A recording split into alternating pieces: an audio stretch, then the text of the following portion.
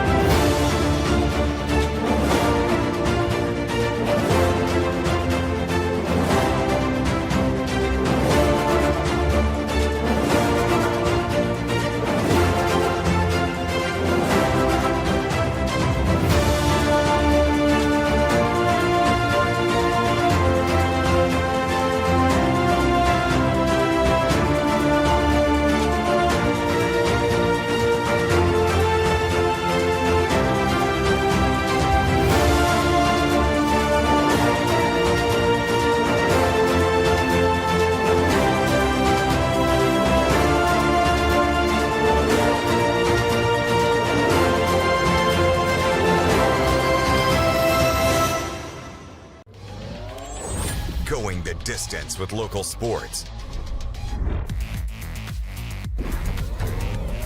This is the X Sports Network. Professional care with a smile. That will always be a guarantee at Encompass Healthcare. Whether you're looking for primary or urgent care, x-ray services, or even weight loss treatments, our team is equipped to serve your needs. Our doors are open Monday through Thursday from 8 to 5. Make an appointment with our providers, Kendra Brown or Tori Cox, today. Encompass Healthcare, located on Highway 43 North in Etheridge, Tennessee, right next to Chapman Tire. Swap and Shop Center in Lawrenceburg is your go-to stop to complete your home, business, a combination of both, or really anything you can think of.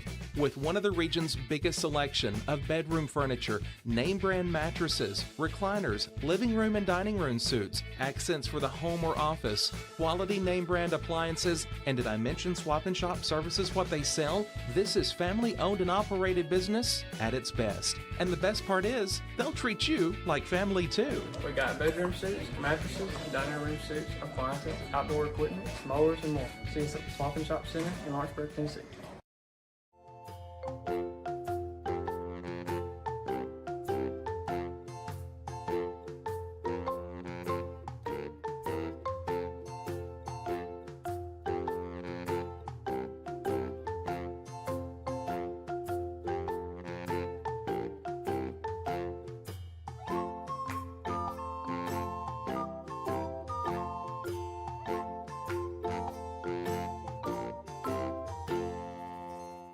If you want the best clean and wash experience, you need to catch the happy wave at Tidal Wave Auto Spa.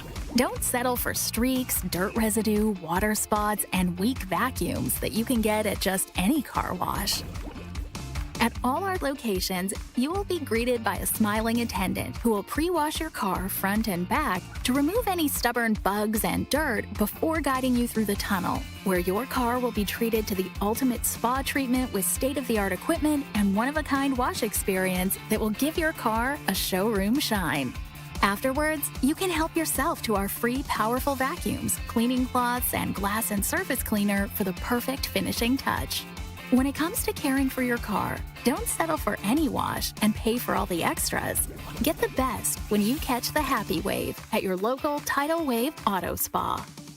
Head on over to Shaw Southeast Distributing in Lawrenceburg to find everything you need for your home, business, or fundraiser. To make life easier, Shaw Southeast Distributing now accepts EBT cards. Have a concession stand, food truck, or just your kitchen at home? Leave it to Shaw to fill your shelves with ease. Shaw Southeast Distributing delivers. Family owned and operated. Phone 931-762-7760. Follow us on Facebook or visit us at 1603 Ripke Avenue in Lawrenceburg.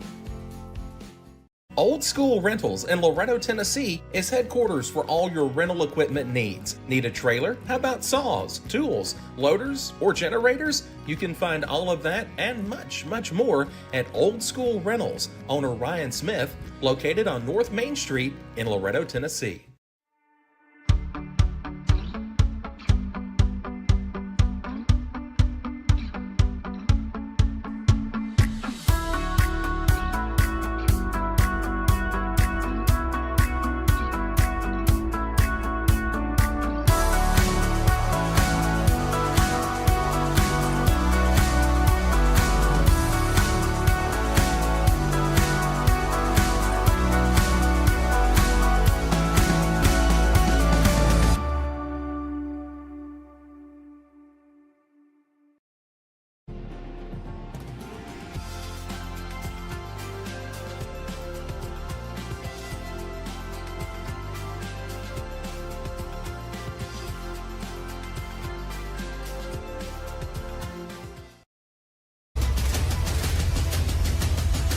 This is the X Sports Network.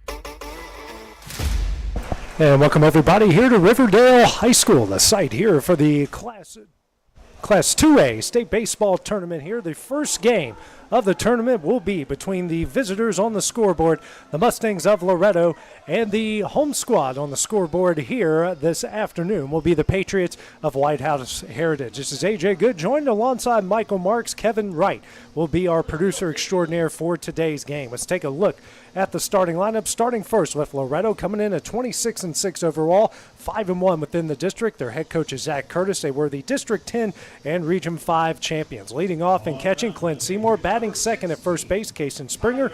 Batting third at third base, Mason Tidwell. Batting fourth in left field, Miles Moore. Batting fifth in pitching, Carter Daniel. Batting sixth in center field, Jackson Tragula. Batting seventh, the designated hitter, Jaden Aaron. Batting eighth at second base, Lucas Laxon. Rounding out the lineup at shortstop will be Graham Fisher, and also in right field will be Dylan Thompson. For the Patriots of White House Heritage, also coming in at 26-6 overall, 6-0 within the district. They were the District 6 and Region 3 champions. Leading off at second base, Caleb Casey. Batting second at third base, Justin Smith. Batting third at first base, Jude Griffin. Batting fourth, the pitcher, Tyler Zieligman. Batting fifth, the designated hitter, Nolan Keithley. Batting sixth in right field, Eli Gregory. Batting seventh at shortstop, Caden Wagoner. Batting eighth in center field will be Caleb Fike. Rounding out the lineup in left field will be Dane Henshaw. Michael, these two met up a year ago in the region tournament. White House Heritage coming on top in there. 3-2 in this one. It's a battle of teams very used to this spot. White House Heritage, their third straight trip to the state tournament. Loretto making their sixth and third in the last 4 years. So these are two teams familiar with each other and familiar with this state tournament. Yeah, I mean, this Loretto team is full of seniors, as is the White House Heritage team. We're going to see Zieligman and Daniel for the Mustangs, two big right-handed pitchers that are definitely, the moment's not too big for them. Zieligman coming in 5-1 on the season, a 1.66 ERA, 54 strikeouts to 33 walks. Opponents are hitting 185 on the season against Zieligman this year. Leading things off here will be the top hitter for the Mustangs this year, and Clint Seymour leads the team with a .500 average, 5 homers, 22 RBIs, and a .616 on base percentage. All those marks lead the Mustangs so far, except for runs scored. He's second on the team with 32 and has been red hot as of late here, Mike. Yeah, he has really been playing well in the region and sub-state, leading into the state tournament. So I think he's excited to be here and ready to lead this Mustangs offense. Zieligman, the right-handed thrower. Here's the first pitch. That is a fastball on the outside corner for strike one. First pitch at 3:55. A beautiful field here, Jones Field, a.k.a. the reservation, here at Riverdale High School. White House Heritage, the all-white. Loretto in the all-cream. Second pitch, that one just misses away. Looked like a tailing fastball for ball one. Zieligman. Yeah, Zieligman. Okay, so it's Zieligman. So we got three different pronunciations on how to say the Next pitch, that one hit high in the air in the right field. Camping underneath in right field will be Gregory. He makes the catch, and that will be the first out of the inning. One gone here in the top of the first inning. Now brings up the first baseman, another red-hot hitter here on the season, in Kason Springer. Springer hitting .402 on the year, 4 homers, 25 RBIs. Leads the team with 40 runs scored and a .504 on-base percentage. Yeah, I mean, you get a little happy when you get Seymour out, but then Springer coming up right behind him, and you can't really take a pitch off with these guys. So it's Zeligman. That one is fouled out of play down the left field line for strike one. Now, AJ, this park's going to play really friendly to right-handed batters. As you can see, it's 320 out to left, and the wind tends to always blow out towards the left. So these left-handed batters are going to have to try to hit stuff line drives or ground balls. And more foul territory down the left field line as well. This is a ground ball here to second base. Casey struggles with it, throws over to first just in time, and that will be the second out of the inning. 2 gone. We'll bring up the sophomore third baseman here in Mason Tidwell, hitting .358 on the year, 2 homers, 23 RBIs, 23 walks, and a .500 on base percentage. And you're seeing right here a little adjustment there by the second baseman, Casey. This is a turf infield, AJ, so these balls are going to take a little bit of a different hop. You see he had to adjust to that, so we'll see how it affects the Mustangs when they come up in the bottom half. First pitch from Zeligman, that's swung on a miss for strike one. Yeah, Tidwell, a guy that's been seeing a beach ball lately as of the tournament or the sub-state they played in last week. Both of his home runs of the year came in that tournament, and neither one of them were baby shots either. Comes the 0-1. Ground ball here through the left side and off of the glove of the shortstop and Wagoner. And Tidwell will reach base here off an infield single. So 1 on, 1 out. Brings up the cleanup hitter, here in Miles Moore, hitting .368 on the year, a homer, 31 RBIs, 23 walks, 500 on base percentage as well, .462 on base percentage. One of 3 Mustangs in this lineup with 15 steals. Yeah, Miles really dangerous once you let him onto the base paths, and he's not afraid to get there any way possible. First pitch is swung on and missed here from Zeligman.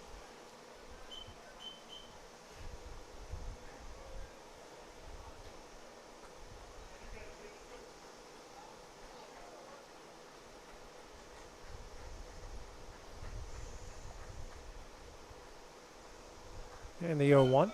Swung on and missed as Tidwell takes off for a second. That ball gets kicked away. So he will get in with the stolen base. It's a very aggressive base running team Loretto is. Of all the 8 teams in the Class 2A bracket, Loretto leads them in stolen bases. Yeah, you saw Tidwell kind of inching away from the bag there, and I thought he might take off, and he did and got there successfully. So runner in scoring position for the first time for Loretto in this game. Moore down 0-2 in the count. Next pitch is in the dirt for ball 1. Good block behind the plate there by Logan Newton. Newton, who's being designated hit for today, so concentrate primarily on catching here on this warm Tuesday late afternoon, early evening. Next pitch, this one's hit high in the air, and that won't get fouled out of play, keeping it a 1-2 count. Yeah, Zeligman really trying to force a ground ball here. He hasn't thrown more or anything above his knees yet, and we'll see if it stays this way with the 1-2 coming up. As that 1.66 ERA has given up the most walks on the season from any Patriot pitcher. The 1-2. Ground ball up the middle, could be trouble. Fielded well by Wagner, throws over to first in time, and that one will end the inning. Loretto strands 1 here in the top of the first. No scores. We go to the bottom half of the inning. That is next on the X Sports Network. Patient care at its finest is found at Tennessee Valley Family Care. From primary to infant care, physicals, women's health, allergies, diabetes management, plus on-site labs and ultrasounds. Let practitioners Liz Phillips, Kathy Cohen, and Stephanie Tucker care for your health and your entire family's health. Let Tennessee Valley Family Care help you reach your health care goals. For the best meal from south of the border, head to Cocina Real in Puente Grande for lunch and dinner. With a wide array of mouth-watering entrees, there's something for everyone on the menu. And you can't forget the cheese dip. They'll treat you like family, and you'll never leave hungry. Make Cocina Real Mexican Restaurant and Puente Grande Mexican Restaurant your choice for authentic cuisine, located in Lawrenceburg, Tennessee. There's no job too big or too small for Gonzalez Lawn and Landscapes. Owner Chris Gonzalez works hard to make your commercial or residential properties one of the neighbors will envy. You won't find a lower price anywhere else, and that's a guarantee. We offer mowing, landscape removal, small construction jobs, and more. Our team is licensed and insured to ensure the best work for Lawrence County and surrounding areas. Your satisfaction is our goal. We won't leave until you're happy. Call today to set up a free quote.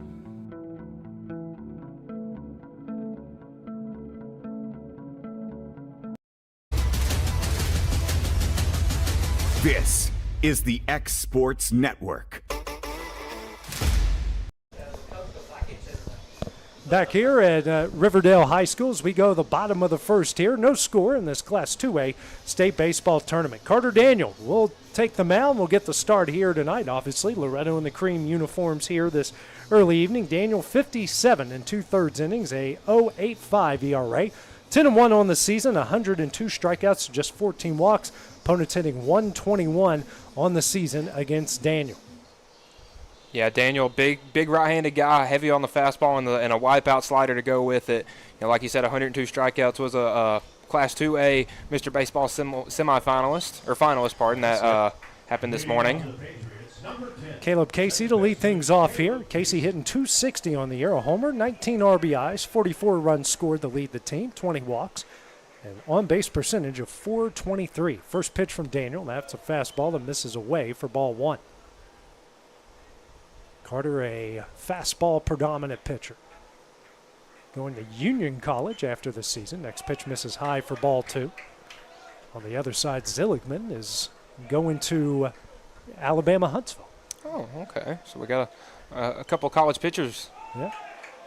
Next pitch misses low for ball three. So Casey ahead in the count quickly here against Daniel. And the 3-0. Fastball, and that one is in there for strike one.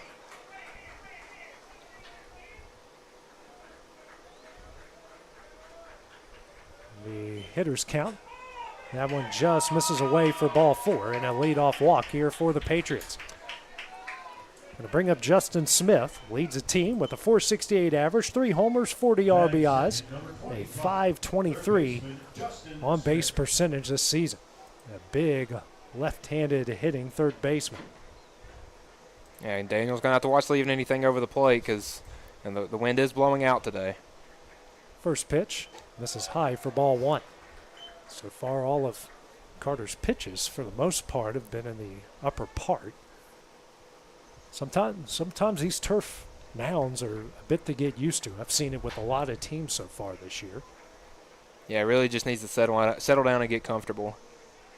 Get that first out of the way. Here's a 1-0, and this is high for ball two. And Seymour is going to go out and have a quick word with Daniel, calm him down. Seymour and Daniel, two guys going to play at the next level. As we mentioned, Daniel at Union College. Seymour will be going to Columbia State. Seymour, a 3-sport star for the Mustangs. Football, basketball, and baseball. His named all-district in all 3 sports. His future will be at the baseball level. Pretty good lead by Casey at first. Here's a 2-0. Swung on and fouled back for strike one. So maybe that meeting is just something that Carter needed right there in that situation.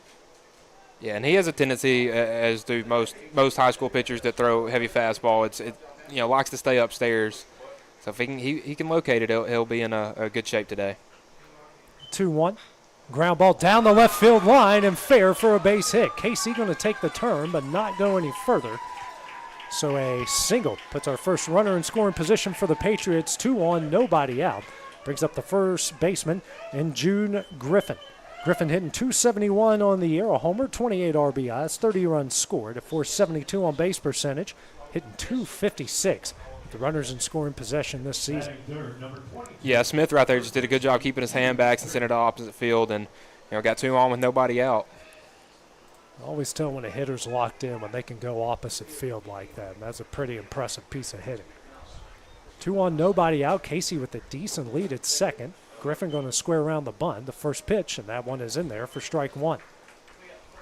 Didn't look like Tidwell or Springer really charged in much on that fake bunt attempt. Yeah, they're going to leave this to either Daniel or Seymour, and Tidwell is going to try to stay at third and maybe see if we can get a fancy play to get the lead runner. That did happen the last time these two teams played. That bunt will get down. It is a good bunt. Daniel will field, throws over to first in time, and that will be the first out of the inning. So Griffin with a very well-placed bunt right there. Everyone moves up the bag, so runners on second and third with 1 gone. Here in the bottom of the first brings up the cleanup hitter and Tyler Zeligman. Zeligman hitting 270 on the year, a homer, 21 RBIs, 419 on base percentage. And Zeligman with a hitting 271 with runners in scoring position. Yeah, they have to be comfortable putting their pitcher out there as the cleanup batter, and with 2 in scoring position, he can try to help his own cause early. So Tidwell and Springer going to play even with the bag, middle infield at normal depth, and that first pitch breaking ball misses for ball 1. Yeah, it looked like a good slider out there, just missed. I guess it broke a little too late. Yeah.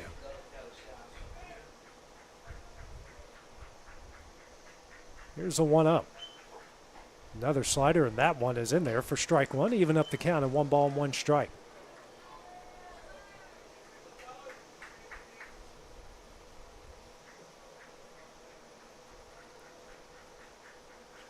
Here's a 1-1. Swung on and missed for strike 2. And when Daniel can start working his fastball out and away and getting swing and misses like that, you can tell he's dialed in. So Zeligman resets himself. Looks like he spread his feet out here in a 2-strike approach. Hands a couple inches up on the barrel now. Here's a 1-2. Fastball, and that one misses away to even up the count at 2 balls and 2 strikes. Seymour purposely set up that far away, see if he can get Zeligman the chase. And AJ, you've seen a lot of kids these days, even at the college level, start spreading out more on a 2-pitch count and then choke up on the bat like Tommy White does at LSU. 2-2. Breaking ball, that one misses way in, almost hit Zeligman. So count goes full here, 3 balls and 2 strikes.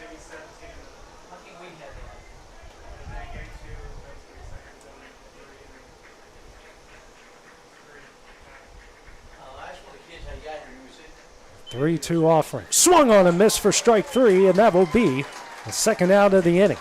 So 2 gone. Here in the bottom of the first inning, now brings up the designated hitter, Nolan Keithley, hitting 264 on the year, a homer, 21 RBIs, 18 runs scored, a 333 on base percentage, hitting 283 with runners in scoring position. Yeah, that was a big out for the Mustangs right there because now Daniel knows, hey, I can't strike these guys out. And with Whitehouse, it's like, oh, man, if we're going to leave 2 on. So the pressure is on Keithley. First pitch, that breaking ball, and tip back foul off of Seymour. Seymour took the worst of that one, it looks like. That hit him in the midsection somewhere. Yeah, oof. Yeah. Yep. I think we know where that ball hit. And we had that happen last Wednesday in the sectional. Yeah. We had one hit off Raleigh Ellis, another catcher for the Mustangs. But Seymour's a tough kid, and it's his senior year, so he's not gonna go out after a foul tip.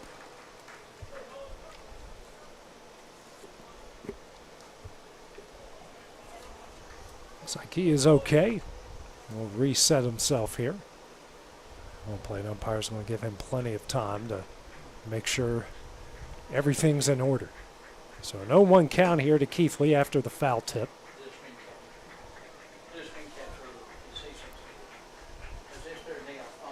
Here's the 0-1. Swung on a miss. Another nice pitch from Daniel, and it's an 0-2 count here to Keithley. And you saw that ugly swing from Keithley, and that's just what that slider will do. It looks like a fastball and then just breaks off, and you get an awkward swing like that. And we've seen it from Daniel all year.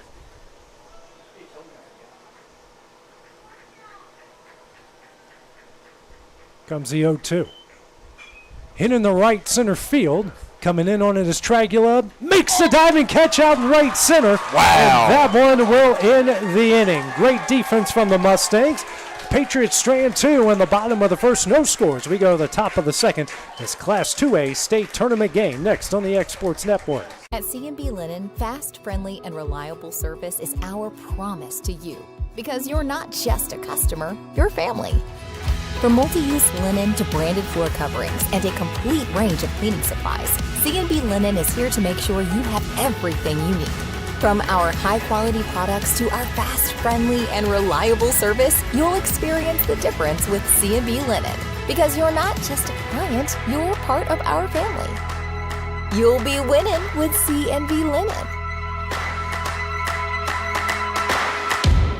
If there ever was such a thing as a company that could do almost anything, well, Tenneke Properties is it. These guys know how to completely transform your existing home into something new, or just do it room by room. Need a new bathroom or kitchen? What about a fresh coat of paint? Even a new floor? Looking for dirt work? Tenneke has you covered. Oh, and you can even rent a dumpster from them too. That's Tenneke Properties. Visit Tenneke.com or phone 931-244-4602. This is the X Sports Network. Back here at Riverdale High School, this Class 2A state baseball tournament opening round matchup. No score here between Loretto and White House Heritage. 5-6-7 due up for the Mustangs here in the top of the second inning will be Carter Daniel, Jackson Tragula, and Jaden Aaron. Tyler Zeligman back on for a second inning of work. In the first, no runs off a hit, no walks, no strikeouts through 12 pitches. Daniel hitting .418 on the season, no homers, 31 RBIs, and a .473 on-base percentage. So each side left a runners on base. Mustangs have 1, the Patriots 2 in the first inning. No score as we go to the top of the second. First pitch here from Zeligman. It's a fastball at 82 miles an hour and in there for strike 1. Yeah, he seems dialed in, does Zeligman. I mean, he's really just been pounding the zone early, and he's not got anything overpowering, but just location seems to be his thing. 1. Breaking ball misses away, 73 miles an hour. It's good that you got the gun on the scoreboard, so I sound smarter than what I actually am. Just cheating the system, that's all. Or they're helping me cheat the system. Here's a 1-1, another fastball, mid-80s, and that one is in there for strike 2. Yeah, he's doing a good job working away from him. I mean, don't give him anything that can turn the bat around on. Hitting that outside corner. And doing it at the knees. He's really working the low part. The 1-2, and that one misses away. Evens up the count here at 2 balls and 2 strikes.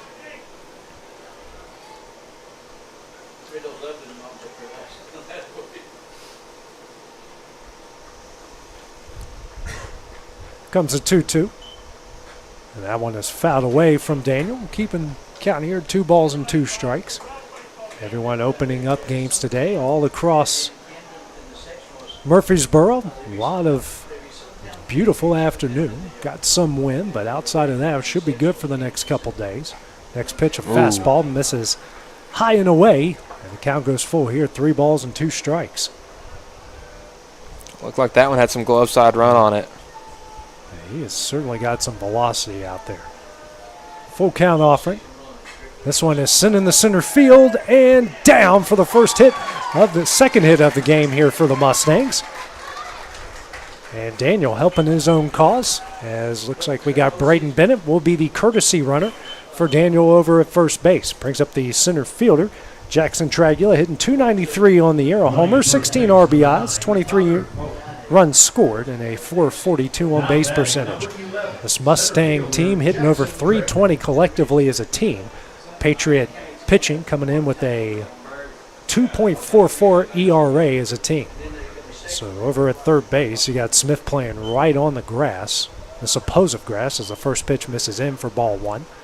Middle infield double play depth, and outfield pretty normal for the most part. Got a bit of a gap here in right center. Yeah, with that 2.4 team ERA, I mean, that shows that not only their starters can get it done, but they have a pretty good bullpen as well. The old saying goes is you don't make these things by accident. You got to win a lot of games to get here. You look at the state tournament, and especially this top half of the bracket, and you're like, man, this is tough. But you realize you don't get to the state tournament by accident. Like you said, you're not going to face any bad teams here.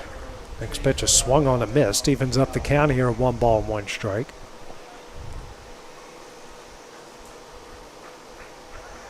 check on Bennett over at first, not in time.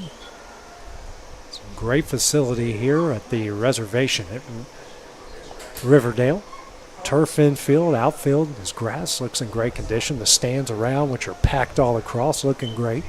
Tragula tries to lay down a bunt and misses for strike 2. Yeah, he's been kind of that sacrifice bunt guy for the Mustangs, but has really struggled getting it down as of late.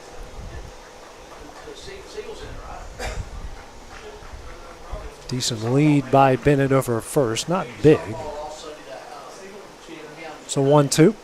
Swung on a miss for strike 3, and that's the first out of the inning. First strikeout of the game for Seligman. Brings up Jaden Aaron, the designated hitter. And Aaron has certainly worked himself in the lineup, hitting .319 on the year, a homer, 16 RBIs, 17 runs scored, 400 on base percentage. And I would venture to say, Mike, the bulk of that has come in the last 3 weeks. Yeah, during the region tournament, got 5 plate appearances, 5 hits, 3 extra base hits, and a plethora of RBIs. Aaron now going to call time. Long look at the signs here from Seligman. Now, he had a little bit of a rougher time hitting in the sectional, but it seemed that he only got hits when there were guys on base. So hopefully with Bennett standing at first, that Aaron can spark something here at the back half of the order for the Mustangs. First pitch. That's a fastball. 80 miles an hour on the outside corner for strike 1. Seligman will be going to Alabama Huntsville next year. So 2 college pitchers on the mound in this game. Next pitch, breaking ball swung on and missed. Count goes to no balls and 2 strikes. Yeah, 7, 8, 9 is really the key in this Mustangs lineup. If these guys can get some base hits, get on, then it'll allow Seymour, Springer, and Tidwell at the top half of the order to bring them in. But we've done a good job seeing a lot of pitches this inning so far. CO2. That one is fouled back. Bennett was taking off. First time Aaron was able to make contact so far in the first 3 pitches. Seligman only threw 12 pitches in that first inning and already 14 here in the second. Just through a third of the inning so far here. Packed stands on both sides. Both of these fan bases showing out for their respective teams. There's the 0-2, and that's swung on and missed. Strike 3, back-to-back strikeouts for Seligman. Brings up second baseman in Lucas Laxon, hitting .261 on the year, 17 RBIs, 19 runs scored, .381 on base percentage.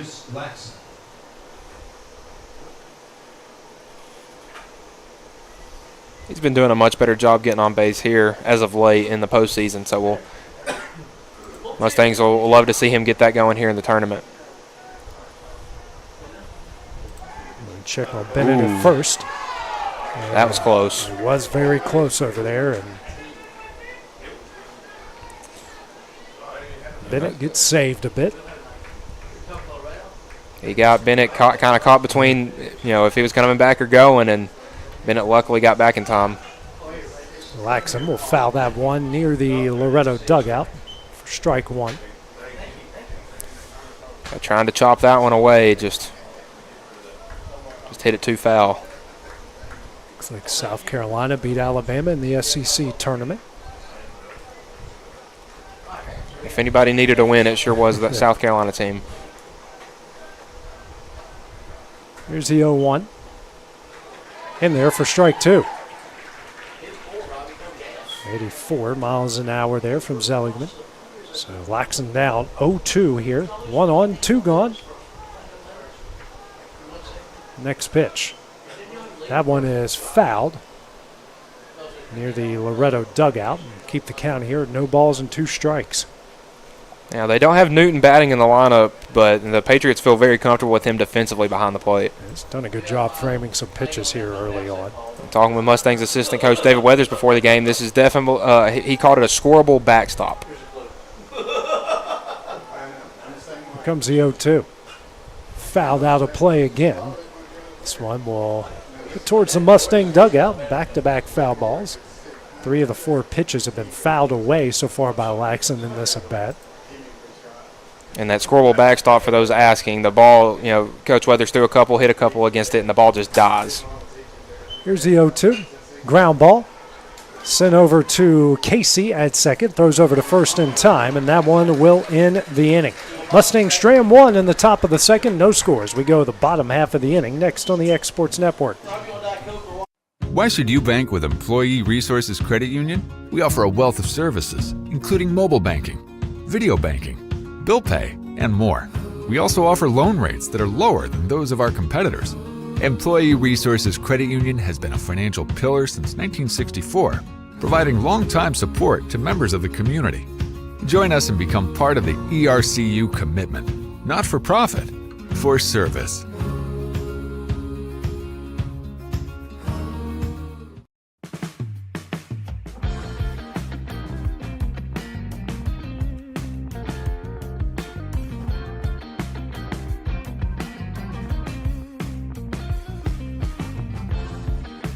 I'm Mike Keith, and my friends at Elliott Johnson Insurance have a great partner in Auto Owners Insurance. Auto Owners makes it easy to get life, home, car, or business insurance. Let Elliott Johnson Insurance find the Auto Owners policy that makes a difference in your life. Call Elliott Johnson Insurance at one of their 3 locations, Florence, Loretto, and Lawrenceburg. Elliott Johnson Insurance, moving forward for our clients every day.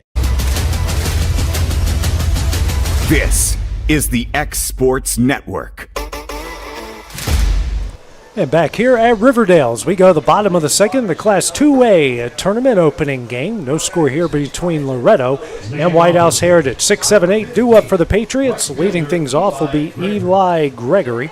Gregory hitting .293 on the year, no homers, 11 RBIs, a .391 on base percentage. First pitch here from Carter Daniel. There's a fastball in there for strike 1. Daniel through the first inning gave up a hit, a walk, no runs, a strikeout. Right now at 21 pitches. Pitch 22 is fouled away for strike 2. Gregory will be playing his college ball at Division III Hanover College next season. I was just about to say that, as big as Gregory is, he looks like a college ball player. Here's the 0-2. Foul back. Keeps the count here, no balls and 2 strikes. Winner of this will play the Milan Alcoa winner tomorrow at 12:30. Loser will get the loser of that game at 10 a.m. 2 games here today, 3 tomorrow, and at least 1 guaranteed on Thursday. Next pitch, a breaking ball swung on a miss for strike 3, the first out in the inning, second strikeout of the game for Daniel. Brings up the shortstop here in Caden Wagoner. Wagoner's made a couple nice plays at short so far in this game. Wagoner is hitting .306 on the year, 15 RBIs, 36 runs scored, and a .474 on base percentage. Yeah, Daniel, you saw on that strikeout pitch, had been heavy fastball on Gregory, and then just pulled the string on him with the curveball right there and with the strikeout. First pitch here to Wagoner is low for ball 1. And the 1-0. Fastball on the outside corner. He evens up the count here, 1 ball, 1 strike. 80 miles an hour there from Daniel. Here's a 1-1. This is high for ball 2. So both of these pitchers about the same velocity, mid-80s, low to mid-80s. The fastball.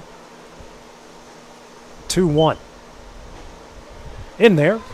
Strike 2 to even up the count here. 2 balls and 2 strikes. And now we see Daniel doing what Zeligman was doing in the top half of the inning and working that outside corner. Right at the knees as well. It's a 2-2. This is high, and the count will go full here. 3 balls and 2 strikes. You can get a swing and a miss on a 2-strike count with a high fastball, but where that was, it was about eye level with Wagner. He's going to keep the bat down on that one. Full count offering, breaking ball, ground ball. Here to Fisher at short. The throw over to first is in time. That's the second out of the inning. 2 gone here in the bottom of the second. Brings up the center fielder in Caleb Fike.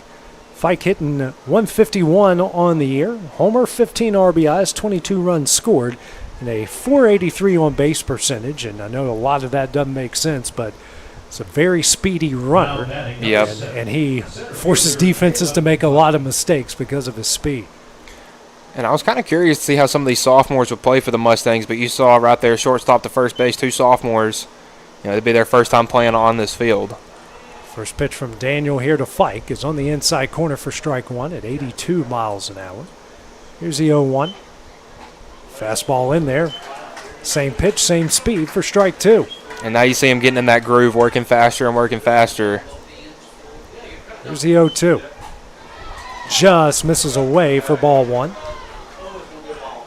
I think Fike even thought that was going to be called strike 3. Yeah, Seymour really wanted that, and Fike having a chuckle with the home plate umpire as well. Here's a 1-2. In the dirt, evens up the count here. 2 balls and 2 strikes. Even though they thought they got strike 3 right there, the Mustangs need to, stay locked in, and this last out is very important. 2-2. Just misses away for ball 3. Carter now going to walk around the rubber, and he reset himself. Full count offering. Swing and a miss for strike 3, and that one will end the inning. 3 up, 3 down for the Patriots in the bottom of the second. No scores. We go to the top of the third. This Class 2A state tournament game next on the X Sports Network. Financial advisor Scott Beasley knows time spent with family is everything. As a founder of Beasley Wealth Management, his mission is to give clients the freedom to enjoy time with family without the burden of financial concerns. A local of Lawrenceburg, Scott deeply values building relationships with clients, ensuring they make informed decisions concerning asset management, tax planning, and retirement planning. Offering a free initial consultation, Beasley Wealth Management helps clients pursue their aspirations with confidence. Lawrenceburg Flooring and More is your premier source for hardwood, laminate, luxury vinyl tile, sheet vinyl, residential and commercial carpet, carpet tiles, ceramic and porcelain tile, waterproof floating floor, plus blinds and shutters. Lawrenceburg Flooring and More is also home to all name brands and can tackle projects big and small. Installation? You're covered with installers who've got years of experience and stand behind their work. Let Lawrenceburg Flooring and More make your design dreams a reality. 2760 Highway 43 North, or visit LawrenceburgFlooringandMore.com. Going the distance with local sports. This is the X Sports Network. Back here at Riverdale in the Class 2A state tournament as we go to the top of the third. No score here between Loretto, White House Heritage. Do it for the Mustangs, 9-1-2, Fisher, Seymour, and Springer. Zelig on for his third inning of work through 2. No runs off 2 hits, no walks, a pair of strikeouts through 32 pitches. So Fisher, the sophomore shortstop, to get things going here for the Mustangs. Hitting .277 on the year, 15 RBIs, 11 runs scored, a .400 on-base percentage. Yeah, he's really solidified himself as the last spot in this lineup. Early in the season when he was at third base, he was usually the guy getting DH'd for, but it's really made his bat valuable to this team. First pitch there from Zeligman. There's a breaking ball in there for strike 1. I've gotten word that the speedometer is about 5 miles an hour off. So when I say Carter's throwing 83, it's 88. Yeah. So I'll try to do quick math in my head from here on out. And back-to-back breaking balls from Zeligman right down the middle. Quickly ahead Fisher, 0-2. Yeah, usually when you get to this back half of the lineup or, about to flip over to the new side, you're going to start seeing a lot more breaking stuff, and these guys are going to have to start timing that up. Here's the 0-2. This one is fouled out of play. And that one, keep the count, no balls and 2 strikes. Looks like everyone in White House Heritage has dyed their hair beach blonde white or cream or whatever you want to call it. Team unity. Mustangs did that 4 or 5 years ago. It's not too unfamiliar to them. My high school football team shaved our heads. I didn't, because I knew what the reaction was if I would have gone home that way. Now look at me, I'm balding. Here goes the 0-2. That one is sent down the right field line. Could be trouble, but a good job there by the right fielder and Gregory to make the catch. That will be the first out in the inning. Brings us back to the top of the order. The catcher and Clint Seymour flew out to right to Gregory in his first at bat, the top of the first inning. Seymour, the Columbia State signee, facing off here with Zeligman. So far, Zeligman through 37 pitches has thrown 31 strikes and 6 balls. So he has been in that strike zone all afternoon. Well, you're not going to win a state tournament game walking a bunch of guys, and we saw that his walk numbers were kind of up compared to how many innings he's pitched. So, he came up here with the idea, I got to throw it down the middle, throw it over, across the strike zone, and it's worked early. First pitch misses away for ball 1. Said he came in with a team-high 33 walks through 33 and 2/3 innings. So it's basically a walking inning, and he hasn't shown any sign of that so far here. Here's a 1-0. That looked like a changeup. That missed away for ball 2. Yeah, back-to-back changeups. They kind of had that arm side run on them. Rare ahead of the count here for the Mustang hitter. And Seymour leading the team with a .500 average, leads him with 5 homers. Next pitch, fastball, 82 miles an hour, misses in for ball 3. Yeah, that may have been a cutter or a sinker right there. It looked like it had a little movement out of the hand. Comes a 3-0. Misses low for ball 4. So first walk issued by Seligman in the game puts Seymour at first base. And Seymour will run for himself. He is third on the team and runs scored at 32. So that brings up Kason Springer, grounded out over to second base in his first at bat in the top of the first. We'll see if this Mustang team can start stacking up, getting guys on base. When they do that, good things tend to happen. And a bunch of baseball teams are like that. If they get one guy on, then usually others will tend to follow. We'll see if we can shake the nerves out and get a little rally going. 1 on, 1 out. Corner infield double play depth. Middle infield double play depth. Corners playing even with the bag. Springer with a lot of speed could lay down a bunt here, but first pitch. Fastball misses in for ball 1. Looked like very similar to a cutter that you were talking about there, Mike, that late life, and that one missed way in. As now his catcher here, Logan Newton, will make his way out to talk with his senior pitcher. Yeah, Seligman had looked really comfortable first time through the order, but then you see Seymour his second time, he gets a 4-pitch walk. First pitch to Springer is a ball, so see if they can calm him down and get him ready to face the heart of this Mustangs order. This is a really deep Patriot pitching staff. They got 8 guys with 12 innings pitched or more on the season. So in high school, when you're playing 7-inning games, that's a lot. That is a lot, and they've been effective, coming in with a 2.44 ERA as a team. That's pretty good. Here's a 1-0. This is a ground ball. That's going to get through the right side and a base hit. Seymour rounding second. Gregory's throw will not be in time, and now we got runners on the corners with 1 gone here in the top of the 3rd inning. Heads up for Clint right there going to third.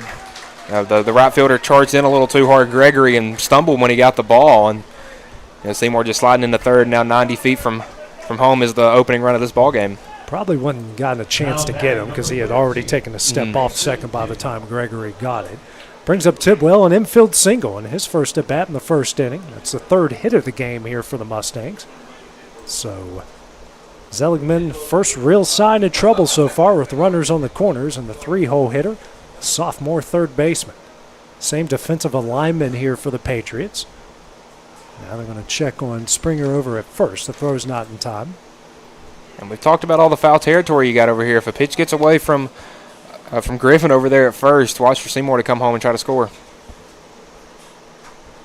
Yeah, there's a lot of space, but if fastball hits that, it will come back with the turf and that solid concrete foundation behind it. I'm going to check on Springer again. Throw's not in time. And Mason Tidwell had a really good sectional against Camden Central for the Mustangs. He was at the point, AJ, where in the middle of the second game, they automatically walked him. And then the next time he came up, they couldn't because the bases were loaded, and he hit an opposite field double that cleared the bases. And check on Springer again. They're really trying to get him over there. They almost did that a lot with Bennett in the previous inning. Almost caught him falling. He went from throwing over a lot to not throwing at all and almost caught him asleep. Well, the difference between runners in the corners with 1 out and a runner at third with 2 outs is huge. First pitch, and that one is fouled back for strike 1. Fastball at 86 miles an hour.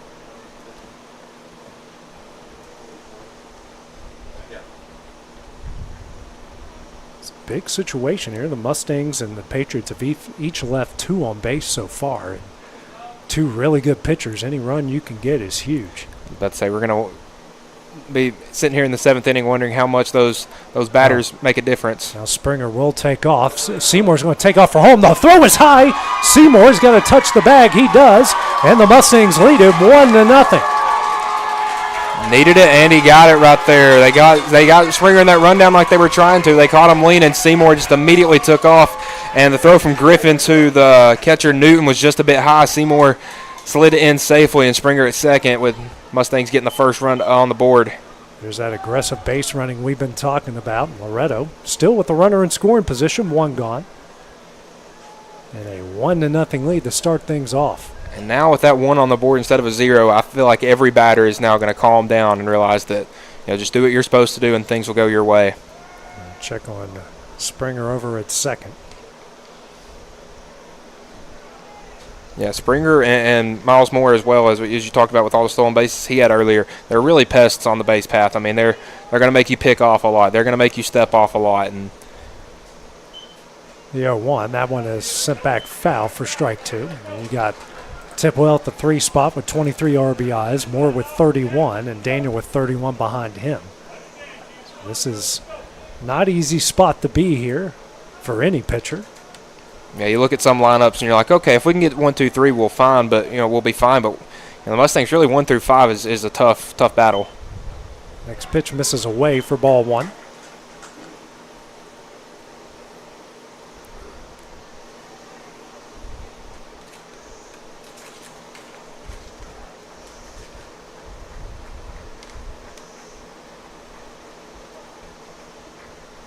There's a 1-2.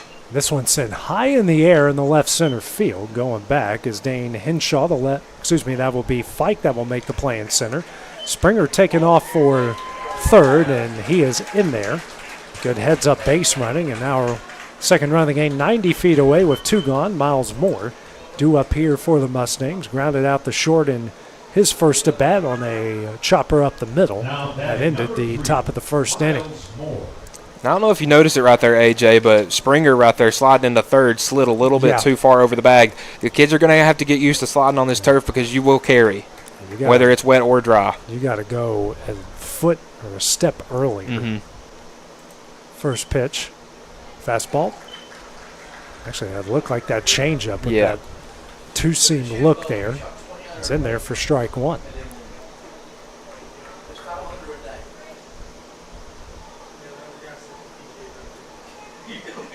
There's the 0-1. Ground ball, and that is a good play by the first baseman. He bobbles it. Moore is safe. Springer will score, and the Mustangs now lead it 2-0. Yeah, RBI error on the first baseman. Gloved it cleanly, but turned to transfer, flip it over the pitcher, and just dropped it. Beautiful sunny day. I wouldn't assume the ball would be wet for any reason, so just had a tough time on the transfer right there by Griffin. Griffin struggling with it there. That's the second error by White House Heritage in this inning, and both of the errors resulting in runs for Loretto. Brings up Carter Daniel. Had a single up the middle in his first at bat. Runner on first, 2 gone. A 2-0 lead for the Mustangs here in the top of the third. First pitch from Zeligman. Fastball. That is in there. 84 miles an hour for strike 1. Yeah, Carter not going to blow you away really with anything when it comes to hitting tools. Just a really good line drive hitter, base hit kind of guy. Not going to blow you away with the power, but just a really consistent bat. 0-1, breaking ball. Runner takes off. The throw will not be in time, and Moore comes up with his 16th stolen base of the season, which now leads the team. Yeah, we just talked about what a pest he was, and you see him still on second right there on the second pitch of the at-bat. So runner in scoring position again here for Loretto.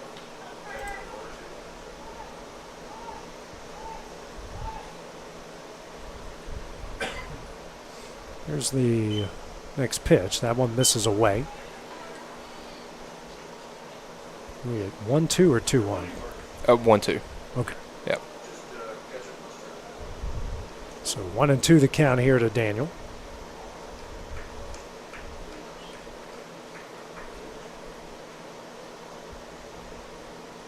Next pitch. That one misses away. Deuces on the board here with 2 balls, 2 strikes, and 2 outs. AJ, in the first 2 innings, we saw the Mustangs going up there being really aggressive at the plate. I wouldn't say necessarily striking out a bunch, but swinging at a lot of pitches and, keeping Seligman pitch count down. Now that they are, getting into these 2-2, 3-2 counts, that you see his pitch count has jumped up a ton. 2-2, and that tailing fastball at 87 miles an hour just misses in. So count goes full here, 3 balls and 2 strikes. It's the 22nd pitch of the inning, 54th of the game for Seligman. And Daniel looking really patient at the plate, got down 0-2 and has worked it back full. Full count offering. This is low and away for ball 4. So Daniel will reach base for the second time in the inning. Second time in the game, excuse me.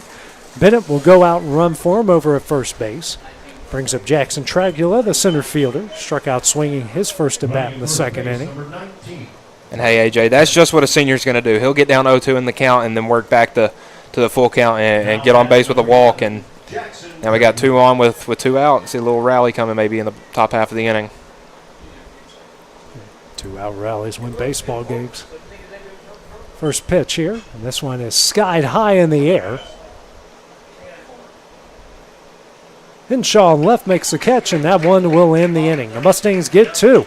The top of the third, they lead it 2-0 in this Class 2A state tournament game. Patriots bat next here, coming up on the Exports Network.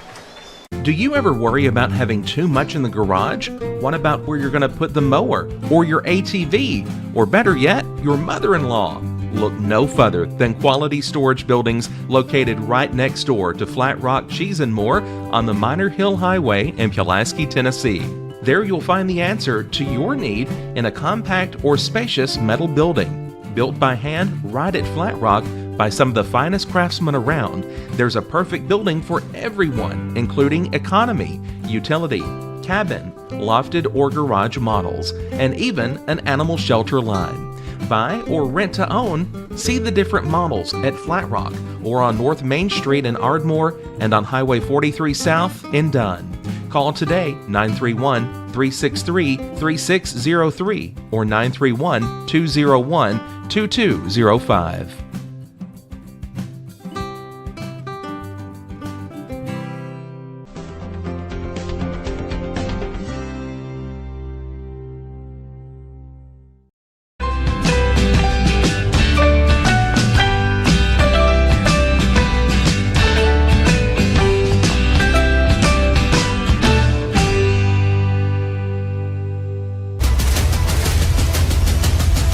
This is the X Sports Network.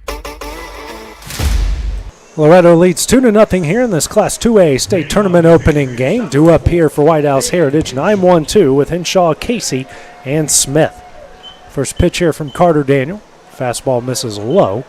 83 miles an hour for ball 1. Daniel here through 2 innings, no runs, off a hit, a walk, 3 strikeouts, right now at 37 pitches. Pitch 38 is fouled away for strike 1.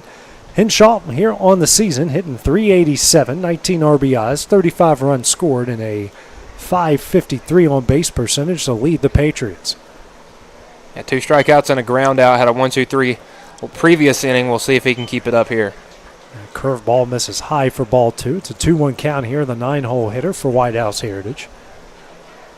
2-1. This one is sent down the right field line and fair for a base hit. Thompson fields in right, so a leadoff single here. And Henshaw doing what he does best, finds his way on, brings up Caleb Casey, the second baseman. Walked in his first at bat on 4 pitches in the first inning.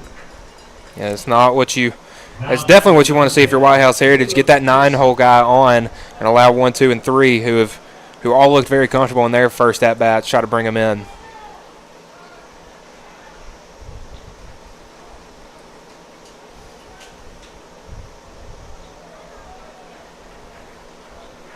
See Henshaw looking a little jumpy on the base pass. Not a big lead over there. Is the first pitch. Breaking ball. Back pick opportunity. And they got him. What a great job by Clint Seymour on the back pick. And we've got 1 gone here in the bottom of the 3rd inning. I was just about to mention, AJ, Seymour's ability with the back pick, because you don't see that a lot with high scores at all. And the arm strength he has behind the dish right there shows you why you don't dance around on first base when you're playing against the Mustangs. And it was wasn't close. No. Here's a 1-0. Fastball, and that one is in there. 85 miles an hour for strike 1, even up the count of 1 ball, 1 strike. especially after that leadoff single, and your defense picks you up from there. Next pitch, foul back for strike 2. Because now you go from a runner on first with a 1-0 count to, 1 out, nobody on, and a 1-2 count.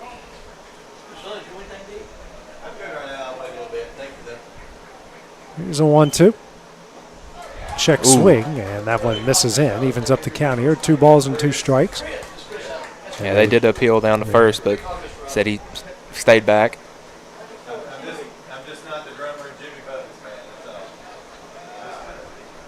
Here's a 2-2. Breaking ball. That one is in there for strike 3, and that's the second out of the inning. 4th strikeout of the game for Daniel. Brings up the third baseman in Justin Smith. Single down the left field line. His first at bat, second time here, facing off with Daniel. Nobody on here with 2 gone. The bottom of the 3rd inning. And that's just what Daniel can do with that mid-70 slider. You're sitting there watching it thinking, there's no way this, and then it's right over the plate for strike 3. First pitch. This is in for ball 1. 87 miles an hour from Daniel. We've seen Daniel top out at 92 this year. Not sure if we'll see it today, but he has the ability to. 90 right there. That was 90. I guess he heard me. Yeah, this is in for ball 2. Here's a 2-0. There's a fastball. 91. Maybe he did hear me. Did he call that ball 3? He called that ball 3.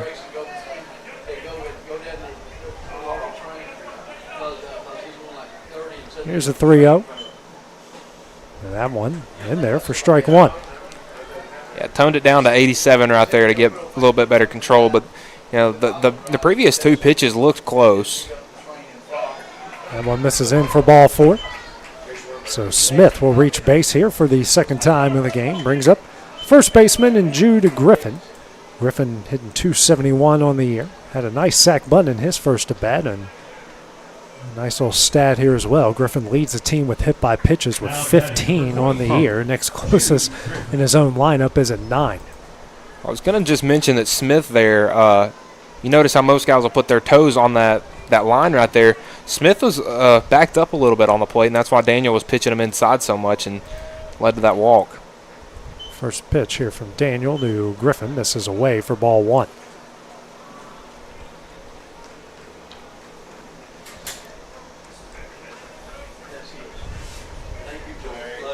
Here's a 1-0.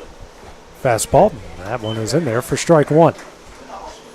Smith better watch taking the too large of a secondary lead over there at first. We just saw Henshaw get picked off in this inning. Another, speaking of, that one was a little bit high from Seymour.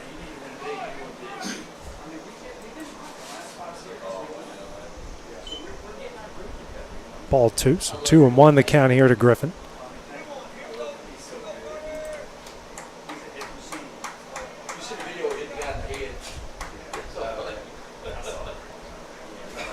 Here's a 2-1. This one is fouled out of play for strike 2. Again, we didn't get to see Griffin's full potential at the plate last time up. He came up with runners on first and second with nobody out. We saw him lay down that sac bunt. So, see what we get to see in this at-bat, 2-2. Here's a 2-2. Foul back again here from Griffin. Good battle here between these two.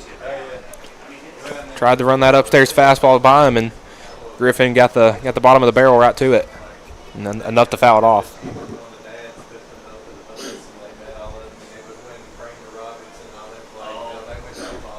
Deuce is on the board again, and now Griffin looks like he something in his eye or something. Probably one of the million cicadas we have out here. Thank God we're inside. I swear those things will follow me around from ballpark to ballpark. Another 2-2. That one hit off of Griffin in the box and be another foul ball. Carter wanted that one to be fair. Yeah, you can see clearly from here it hit off of him. And Griffin not one of the people that wears 82 pieces of protective gear. Really dirty cleats, old school look. I like it. Whole team does. 2-2. This is high. Count goes full here. 3 balls and 2 strikes.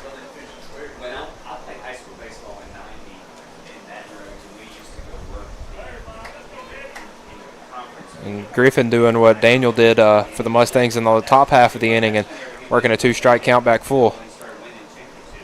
Griffin, he's gonna rub that shin. Yeah.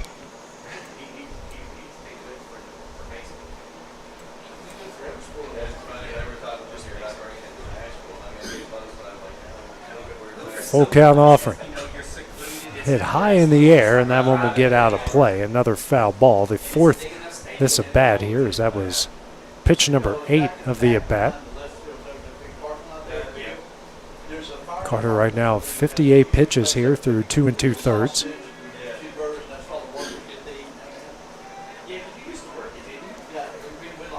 Another full count. Misses high and in for ball 4. Third walk issued by Daniel. Now puts 2 on. Brings up the opposing pitcher in Zeligman. Struck out swinging his first at bat in the first inning. Yeah, back-to-back free passes have given White House Heritage a little life here in the bottom of the third. And Zeligman has a chance here to help his own cause. Huge lead by Smith over at second. Decent lead over there at first by Griffin. Breaking ball, swung on a miss, back pick, and just missed him. Another good throw from Seymour. Have you ever seen anybody, a team get back picked twice in the same inning, AJ? I know you've seen probably a little more baseball than me. Have you ever seen that before? I've seen something similar to it. Both of them happened at second base in a state semifinal game. Here's an 0-1. That ball tipped foul, and it was against another catcher that was going to the college level as well. And they decided, I'm going to hang out in between second and third and see if he'll really throw at me. And he did both times. Ruined a pretty good inning against a pitcher that was on fire except for that inning, and they just couldn't take advantage of it. Here's the 0-2. Hit high in the air into center field. Tragalo going back on it. Makes the catch in front of the wall, and that one will end the inning. Patriots strand 2 on the bottom of the third. It's a 2-0 Loretto lead as we go to the top of the fourth. That's next on the X Sports Network. Are you looking for a job where you can easily balance work and home life? By becoming a local driver with Southeast Carriers, we can guarantee multiple benefits and a base pay starting at $17 per hour, along with a work-life balance so you can spend equal time on the road as with family. We also provide the latest updated equipment and technology to make your job as easy as possible. Southeast Carriers isn't just a company, it's a family, and we would love for you to be a part of it. For more information, visit our website at southeastcarriers.com or check us out on Instagram and Facebook.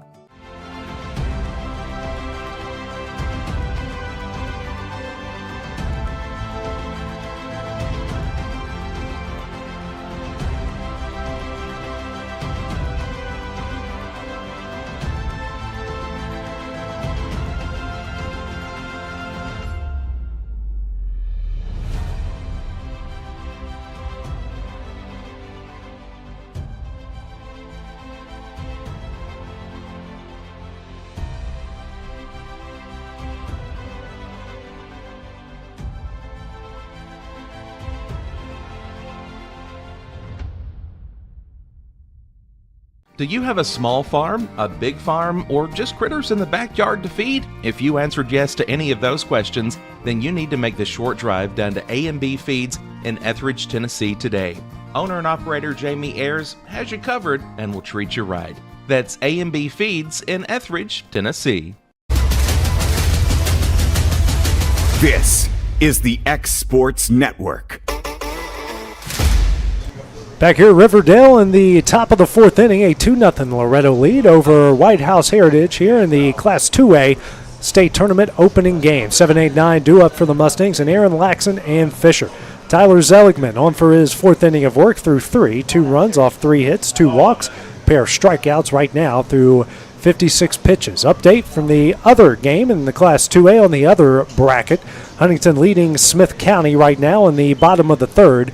5-2-1. And Huntington, AJ, that other team in Murfreesboro at the state tournament that had a Mr. Baseball finalist, Gray Eubanks. He's committed to play baseball at Southern Miss. He's only a junior, though, so he's got another year to improve on what he's been able to do this year. If you're going to Southern Miss. Yeah. And we're pretty good. Yeah. It's one of those mid-majors that is always good. We all know that it doesn't matter when you're at the D. Some of these mid-majors can compete very well in some of the big-time leagues. First pitch here from Zeligman into Aaron. Fastball at 84 miles an hour for strike one. Aaron, who struck out swinging his first at bat in the second inning. Here's the 0-1. Another fastball swung on a miss for strike two at 85 that time. Yeah, 2 years ago when the Mustangs made the state tournament, they played at Riverdale, and 7-8-9 getting on base was really the key to them making that Final Four run. 0-2, and that's a fastball in there for strike three, and that is the first out in the inning. Third strikeout for Zeligman. Brings up the second baseman here in Lucas Laxon. Grounded out to second. His first at bat in the second inning. And a really good battle his first at bat as well. I saw 6 or 7 pitches. Just couldn't find anything he could put in play except that ground out there. And now I'm going to shade him some towards right. I'm going to bring in Gregory a bit there in right field. First pitch. This one is popped up and lands in the Loretto dugout for strike one.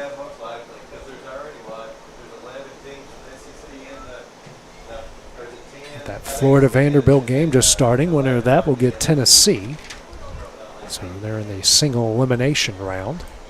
Yeah, first round is single elimination, and then it's double elimination all the way to the Final Four. Next pitch from Zeligman, 86 miles an hour. Almost takes the left arm of Logan Newton off. Hey, Newton's been a trooper there behind the plate. You know, Zeligman has done a really good job keeping stuff close, but, you know, can't be done without the catcher. 1-1. That one is in there. It makes it a 1-2 count. So Zeligman finding that bottom part of the zone once again.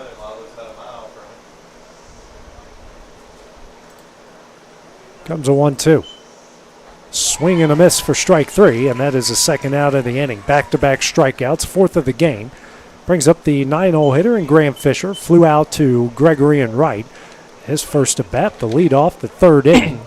Yeah, he's really carving up the back half of this Mustangs lineup. And the second time through the order looks just as comfortable as he did the first time, you know, minus that third inning where a couple of things got away from him.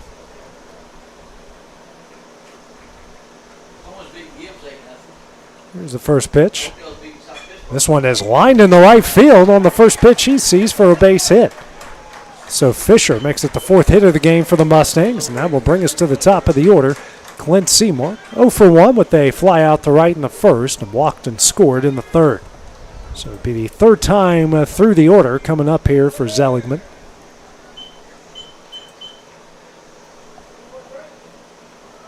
So Mustangs can try to get a two-out rally here. Number 16, Clint Seymour. Seymour, the Columbia State commit.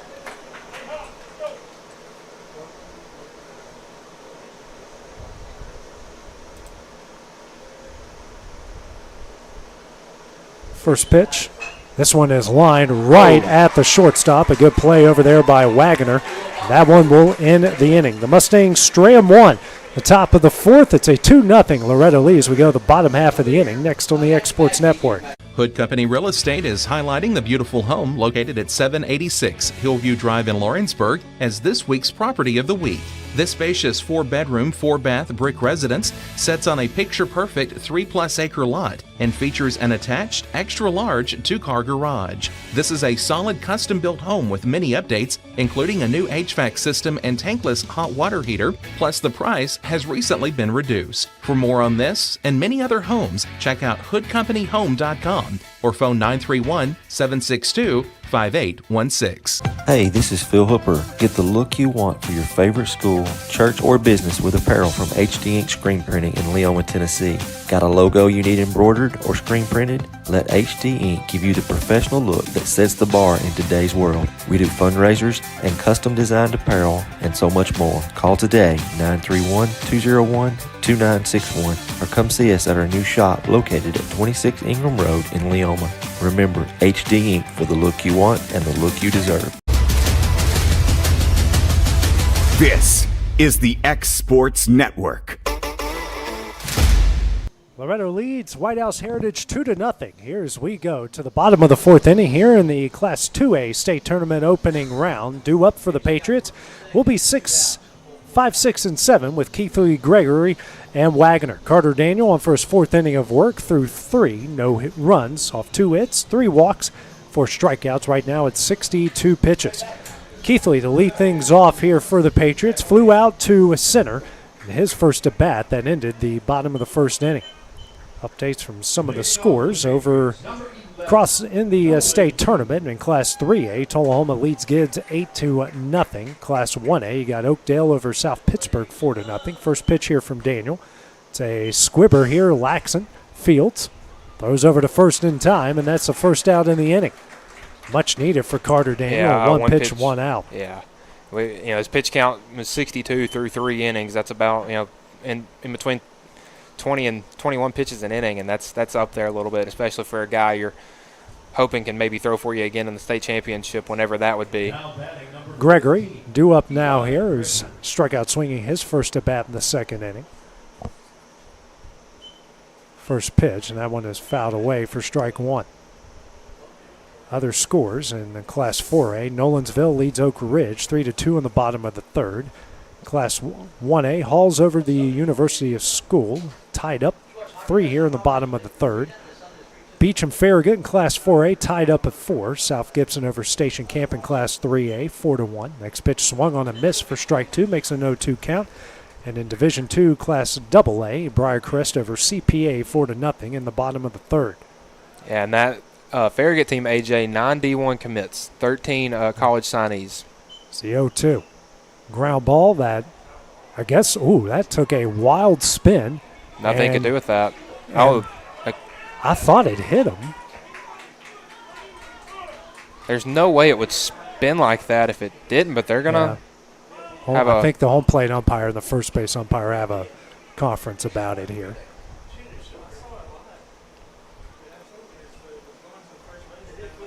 Yeah, it is a foul ball, so a good job by both umpires to come together. It looked like just the spin of it just didn't look right.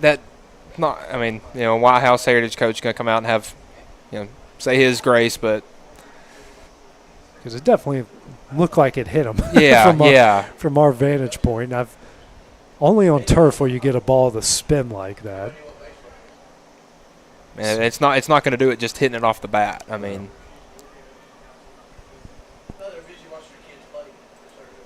Comes the 0-2. Off the end of the bat, right at Fisher. He'll make the catch. So we've got 2 gone here in the bottom of the 4th inning. Brings up the shortstop, and Caden Wagner grounded out to Fisher over at short. His first at bat in the bottom of the 2nd inning. Now batting number 5, Caden Wagner.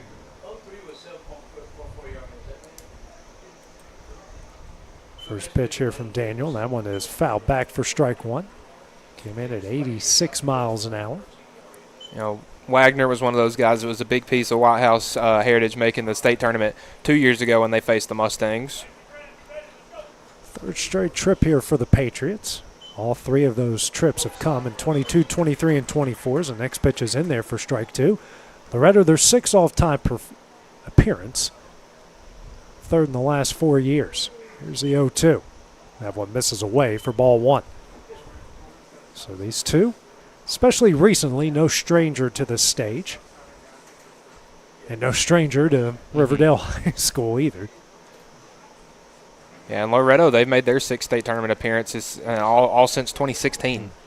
So, these are 2 programs that have really been on the up and come in the last, decade. Yeah, all good things happen when the Cubs win the World Series. Here's a 1-2 ripped in the left over the outstretched glove of Mason Tidwell. Moore, and Wagner's going to take off for second. Here's the throw. Won't be in time, and Wagner rips a double down the left field line. 3rd hit of the game for the Patriots, and their first extra base hit from either side in this game. Now brings up the center fielder and Caleb Fike, who struck out swinging his first at bat in the bottom of the 2nd inning. Daniels had a runner in scoring position in a handful of innings, the 1st and the 3rd. So I've seen it again in the 4th. He's been comfortable with pitching in it. Had a runner on 3rd in the 1st inning. And Fike hitting 151 on the year, but with a .483 on base percentage. So he finds his way on a lot. First pitch. Breaking ball misses away for ball 1.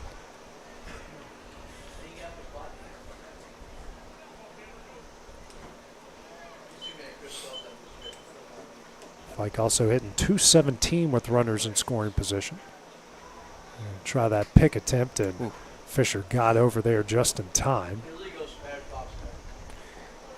Picking off at second is something that always scares me watching games, because picking off at first baseman's just sitting there. The second baseman or shortstop's got to run in and cover and make a catch on the move.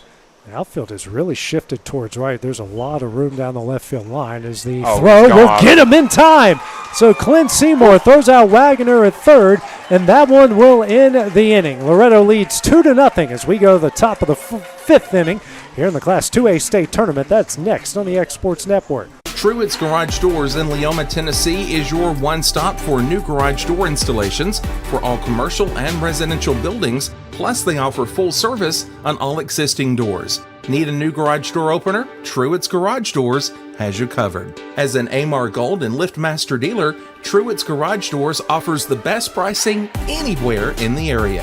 A family-owned and operated business, Truett's Garage Doors has been helping Tennessee and Alabama residents since 1999. Call the pros today at Truett's Garage Doors, 931-201-6464. It's the Story and Lee Furniture Memorial Day sale. This is one of our biggest sales of the year, with big Memorial Day discounts inside the store and a tent sale outside. Bedrooms, dining rooms, sofas and sectionals, leather furniture, and so much more. And in our mattress center, we have every mattress on sale. And with our 3 acres of showroom and our huge warehouse, we're sure to have exactly what you want. All this plus free delivery too. The Story and Lee Memorial Day sale, going on right now through Memorial Day.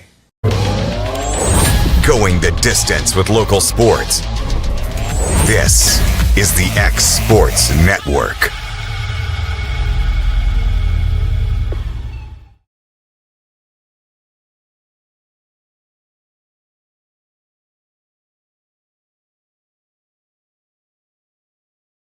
You got Eli Gregory here moving to first base.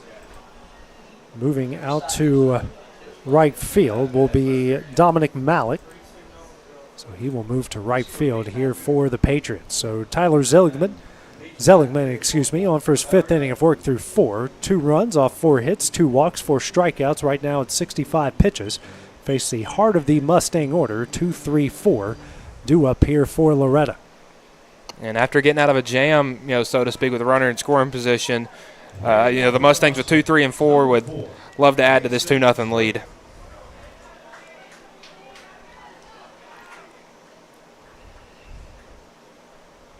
First pitch, that one misses away for ball 1.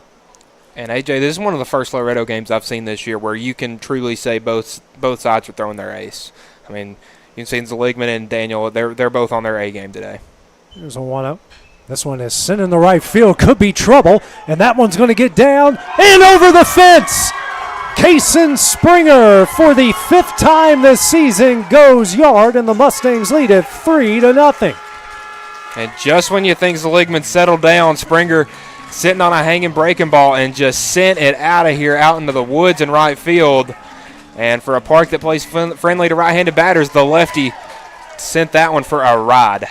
Absolutely crushed it. I'm not going to lie. I thought that was going to one-hop or hit the wall, and it goes over the wall. So make that homer number 5 on the season for Kason Springer. Well, I heard it and I'm thinking, dang, that sounded pretty good. And then it kept going, and then the right fielder turned around. And what a way to tack on a run, and a loud one at that. So big hit, a much-needed run there for Loretto. And really, that's the first mistake we've seen this White House pitching staff make in this game. Both of those runs that came in the 3rd inning, both are unearned, came off errors. That's his first earned run given up. First pitch here to Mason Tidwell. Fastball misses away for ball 1. Tidwell 1 for 2. Infield single in the 1st.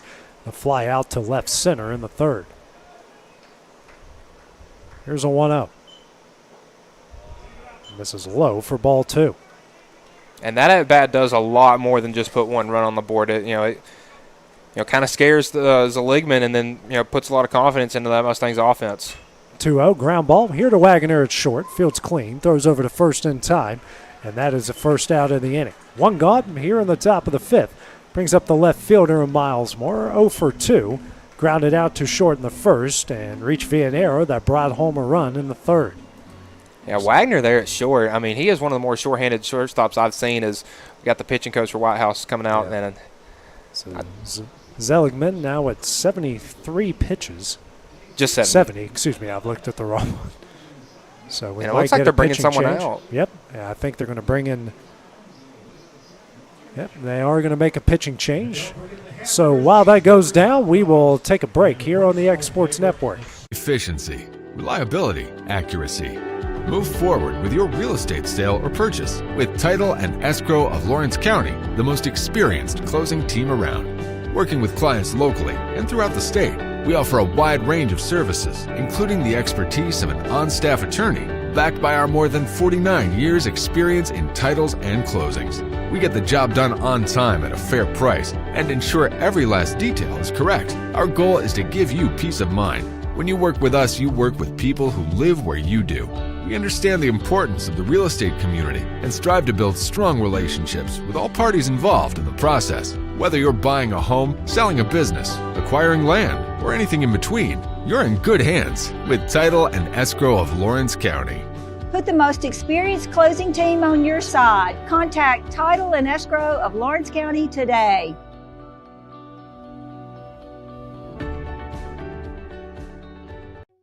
From our humble beginnings to today, Parks Lumber Company has continuously served Lawrence and surrounding counties for over a century. Although we started as a small lumber yard in 1896, we have grown to include everything you need to make your dream project come to life. No matter your building needs, our experienced staff will be with you every step of the way to ensure you receive the highest customer service and attention to detail you deserve. Visit us at 106 2nd Street or on Facebook. We guarantee you will see working with PLC is as easy as 1, 2, 3. This is the X Sports Network. The new pitcher in the game for White House Heritage will be June Griffin. Comes in for Tyler Zeligman. Went 4 1/3, giving up 3 runs, only 1 earned. Off 5 hits, 2 walks, 4 strikeouts, and finished with an even 70 pitches. So Zeligman will now go out to right field. Malich comes back in. Still got Gregory over at first base. So the first man he will face will be Miles Moore. Again, 0 for 2. Pair of groundouts, but did reach via an error in the third that brought home the second run of the game here for Loretto. Griffin, 16 2/3 innings on the year, 2.52 ERA, a 2-0 record, 32 strikeouts to 12 walks, and hitters are hitting .238 against him this season. You know, usually when you get to the bullpen in high school games, that's let's pour it on time. But White House, we've seen their bullpen has been really solid. So this Mustangs offense can't shake it off yet. And that first pitch swung on a miss by Moore for strike one. Like I mentioned, 8 pitchers with 12-plus innings, and only one over a 3 ERA. Yeah, and another solid righty right here, 83 with the fastball on that first pitch. Here's the 0-1. That one is fouled back for strike 2. Again, there's a lot of strategy that comes into this. You got to think about tomorrow, win or lose. So there's just a ton that go into it, whether you win or lose or whatever the case may be. Like you mentioned with Carter, and you can't guarantee you're going to be in the championship game. But you'd like to have a guy ready to go there. Yeah. But there's so much that goes into this because if you don't have a pitching staff as deep as the Mustangs, you got to plan ahead. 0-2. Swung on a miss here for strike 3, and that will be the second out of the inning. First strikeout for Griffin. Now brings up Carter Daniel, the opposing pitcher. 1 for 1, singled in the second and walked in the third. Now batting number 5, Carter Daniel. Daniel reached twice already in this game, a single and a walk, so he's looked pretty comfortable at the plate. Now call time here as Griffin a long look at the signs from his catcher and Logan Newton.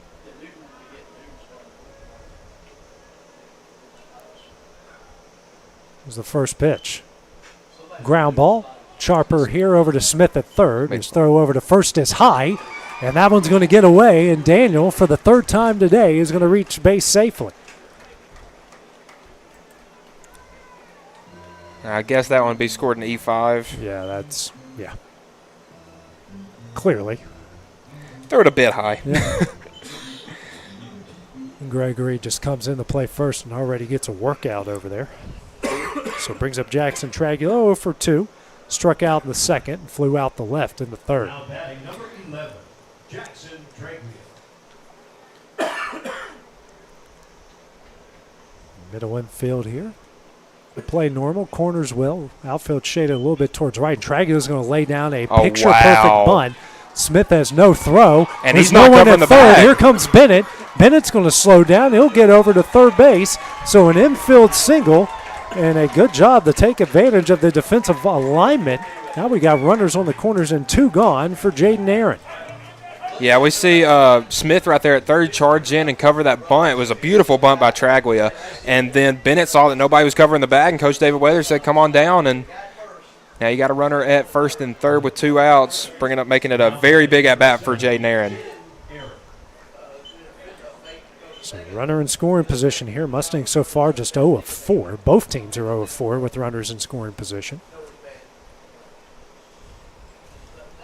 Decent lead at first, not much of a lead at third. First pitch, runner does take off, and he'll get in safely off defensive indifference.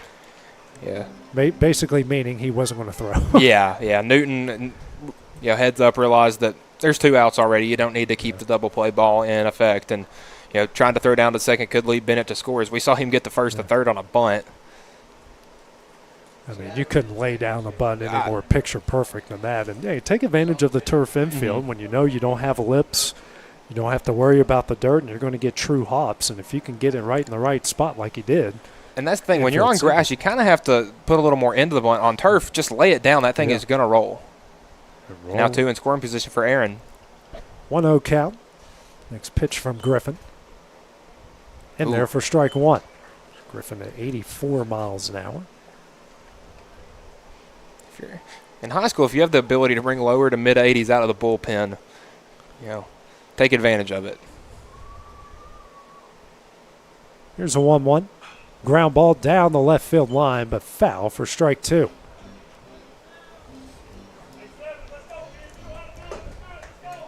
Each side has left 5 on base so far in this game.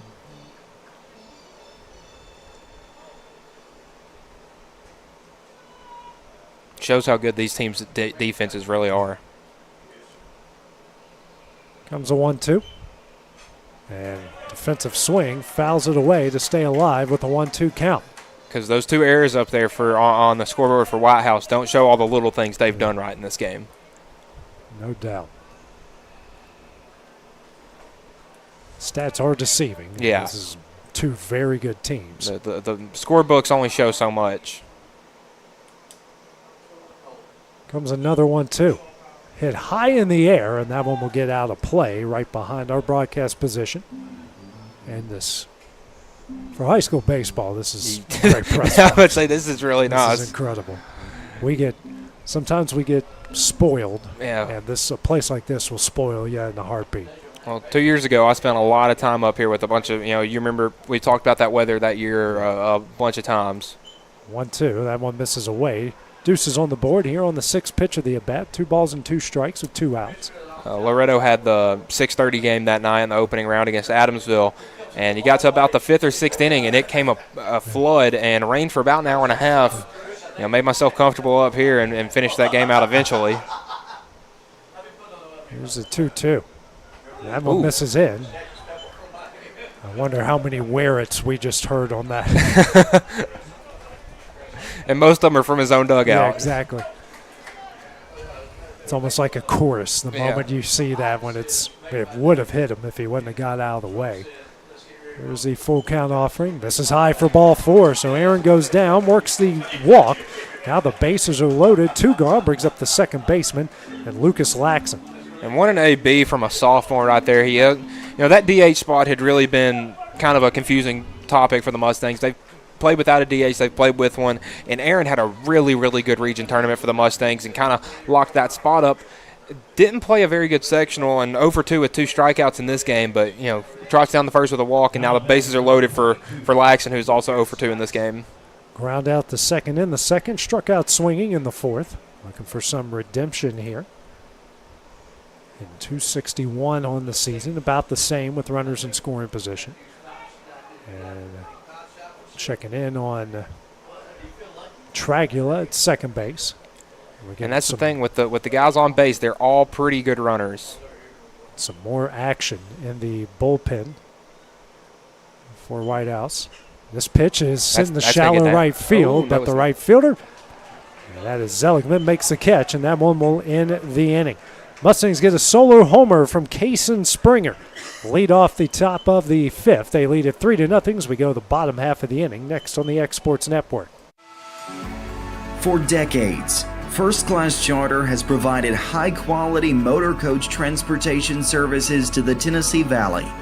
With numerous safety and cleanliness accreditations, First Class Charter is ready to make your group trip a reality. Contact us today by visiting firstclasscharter.net. First Class Charter, the official motor coach company of the North Alabama Lions. The Hidden Garden, located just off the square in downtown Lawrenceburg, is your hometown oasis for massage, aesthetics, full hair and nail services, and body waxing. Gift certificates are available, and be sure to follow them on Facebook for their specials. The Hidden Garden, your peace, your place. 222 Pulaski Street, Lawrenceburg, Tennessee, or phone 931-762-9799. Going the distance with local sports. This is the X Sports Network. And welcome back here to Riverdale High School. It's a 3-0 Loretto lead as we go to the bottom of the fifth inning. It's Class 2A state tournament opening round matchup, 8-9-1. Due up here for the White House Heritage Patriots, Fike, Henshaw, and Casey. Carter Daniel on for his fifth inning of work through four. He's given up no runs off 3 hits, 3 walks, 4 strikeouts right now at 73 pitches. It's amazing how even these teams were as the first pitch comes in at strike one. You know, these two teams, when scoring 4 runs or less on the season, were both 3-5 coming into this game. 5 runs or better, they're both 23-1. So that next pitch misses for ball one. Both very good against ranked teams. Loretto was 12-4. White House Heritage was 9-1. Yeah, very, very even. I mean, Loretto has the upper hand right now, but, I mean, the gap separating these two teams for the past 3 years has been very minimal. Next pitch is in there for strike 2. Comes a 1-2. On the outside corner at the knees for strike 3, and that's the first out of the inning. 5th strikeout of the game here for Daniel. Brings up the left fielder, Dane Henshaw. Henshaw, who singled on a hard hit ball down the singled on a blooper into right field, and was eventually out on a back pick in the 3rd inning. And I don't know if you remember, AJ, Fike was ahead in the count before Wagner ended up getting thrown out at 3rd, and then comes back and strikes out the next time up. You know, little things like that make a big difference. Next pitch foul back, so 0-2 quickly here for Daniel, trying to get into a groove, working quickly here. Top of the order with Casey due up next. Henshaw, one of those 3 hits for the Patriots. Next pitch sent back foul, stays alive with an 0-2 count. Henshaw was second on the team with a .387 average, but leads the team with a .553 on base percentage. He's also hitting .394 with runners in scoring position. And that's exactly why he's batting 9th. And that pitch swung on and missed. Seymour throws over to first in time, and that's a second out in the inning. Back-to-back strikeouts, 6 in the game for Daniel. Brings up the second baseman in Casey. 0 for 1, walked in the first and struck out looking in the 3rd. Yeah, Carter now 81 pitches, but I feel like he's finally gotten comfortable. He's had a couple of at-bats where he just got too far behind to really make anything out of, and he's really settled down and kind of shut this offense down for the most part, at least 2 times through the order. First pitch misses low for ball 1 at 88 miles an hour. Here's the 0-1. Fastball, and that one is in there for strike 1. And, 83 pitches, and his velo hasn't tipped off a bit. skied high in the air in the center field. Tragula coming in on it, calls everybody off, makes a catch, and that one will end the inning. 3 up, 3 down for the Patriots in the bottom of the 5th. Loretto leads 3-0 as we go to the top of the 6th. Next on the X Sports Network. Don't just find a job, find a career with Resource MFG. The team at Resource MFG in Lawrenceburg has the resources and experience to find you a full or part-time position right away. Now recruiting for open positions in Lawrence, Giles, and Murray counties. Whether you're entering the workforce for the first time or looking to take your career to the next level, let your journey begin with Resource MFG. Located at 300 Ellingson Street in Lawrenceburg. Phone 931-570-2111 to jumpstart your career today. A local law firm respected throughout the state. Generations of clients have turned to Boston, Holt, and Durham since 1948. We assist individuals and businesses with their legal needs, including real estate, property closings, personal injury, employment discrimination, and family law. Our clients get the personal attention and convenience of a hometown law firm with the resources and ability to handle any case. Come see us at Boston, Holt, and Durham.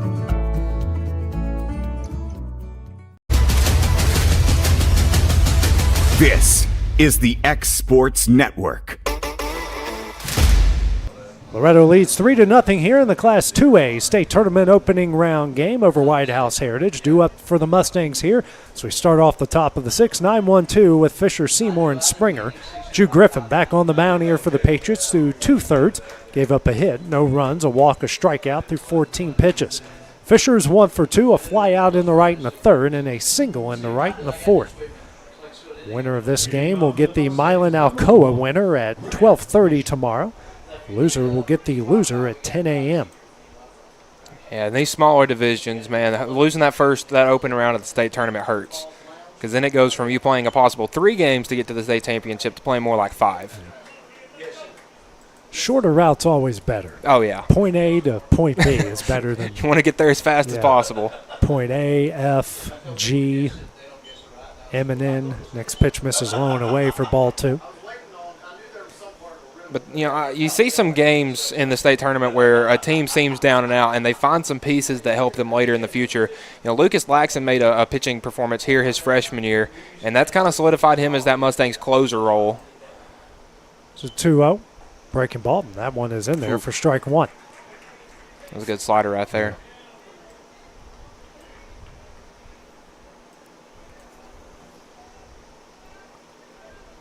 Smith going to play in here at 3rd. Here's a 2-1. Fake the bunt, and that one is in there to even up the count at 2 balls and 2 strikes. Smith going to back up at 2 strikes, eliminates the bunt possibility. Well, I wouldn't say eliminated, but definitely takes it down to about as close to 0.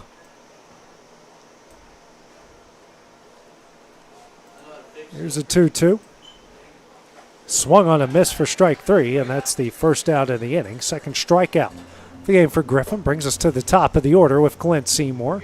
0 for 2, a fly out to right in the 1st, walked and scored in the 3rd, and then lined right at the shortstop to end the 4th. And you saw Grant Fisher had a word with Clint Seymour before he comes up to the plate, and just like that, White House Heritage brings their coach out, so that little talk might not have been very much. Yeah, that will do it for Griffin. So a new pitcher will come into the game here for White House Heritage. While that goes down and he warms up, we'll take a break here on the X Sports Network. When it comes to dependable trucks, think Heritage Automotive in Lawrenceburg, Tennessee. Right now, you can save up to $15,000 off MSRP on select models of GMC and Chevy 1500 trucks, all trim levels. Or enjoy interest rates as low as 1.9% on select models. With the Heritage Current Selection, waiting is not an option. Don't miss out on this sale. You can't afford to. Visit Heritage Automotive today or shop conveniently online at heritagegm.com. Heritage Automotive. Expect more, experience the difference. If you're stuck, then you're in luck. Call Tyler McDowell with In-Service Towing, 24 hours a day, 7 days a week for quick, reliable service. When you find yourself in a bind, In-Service offers full-service towing and recovery services as well as vehicle lockouts, jump starts, and emergency roadside assistance. Family-owned, family-operated. When you need a hand, call In-Service Towing or ask for them by name. Serving Southern Tennessee and North Alabama. Phone number 931-843-9098 or visit inservicespecialties.com. Make your lawn a legacy. At Legacy Lawn and Landscapes, we put more than 16 years of experience into your goals. We won't meet your expectations, we'll exceed them. We offer consultation, installation, maintenance, hardscapes, construction, and land clearing services. Owner John and Jamie Brewer with their team are dedicated to providing the highest quality landscape services to commercial and residential clients in Middle Tennessee. Service, teamwork, results. That's how you leave a legacy. This is the X Sports Network. New pitcher in the game here for White House Heritage will be Eli Gregory. He's thrown 13 innings this year with a 1.07 ERA, 1.0 record, 23 strikeouts to 11 walks. Hitters are hitting 167 against Gregory this year. So Griffin through an inning, gave up no runs off a hit, a walk, a pair of strikeouts through 20 pitches. He will go back to first base. And that's White House playing a little bit of the looking ahead game. You know, they 25 or 24 is really that limit when you need a day of rest. Yeah. So keep him around that 20 pitches. You can use him tomorrow. First pitch here from Gregory is a breaking ball that misses high for ball one. You can see Seymour 0 for 2, fly out the right in the first, walked and scored in the third, and hit a line drive right at Wagner at short to end the fourth. The 1-0. This one is at the second baseman. Good play. And Casey will throw over to first in time, and that's the second out of the inning. Brings up Kason Springer, 2 for 3. Ground out to second in the first. Single into right, scored a run in the third, and a solo homer over the fence in right center in the fifth. Yeah, Springer's really kind of been the MVP for the Mustangs. You know, we saw him steal second and allowed Seymour to score that first run, then scored the second run of the game, and then hit that home run to bring in the third run. So he's really been the spark plug for this offense. First pitch, a good breaking ball there from Gregory, in for strike one. Again, Gregory will be playing college ball next year at Hanover College. Next pitch, a ground ball here through the right side, and that's going to get through for a base hit. A tough play. That was perfectly placed in between second and first, and for the third time today, Kason Springer is on, 7th hit of the game for the Mustangs. And that will now bring up Mason Tidwell, the third baseman. Yeah, I've said it a handful of times, AJ. You know, these teams learning how to play on this turf field, and you know that chopper just ate up the first baseman Griffin and got into right field, allowing Springer to reach for the third time. Tidwell 1 for 3, and an infield single in the first. First pitch here from Gregory. Swung on a miss for strike one. Fastball at 76 miles an hour. Yeah, Tidwell led this game off his first at-bat with a single, and since then has struggled a bit at the plate. Here's the 0-1.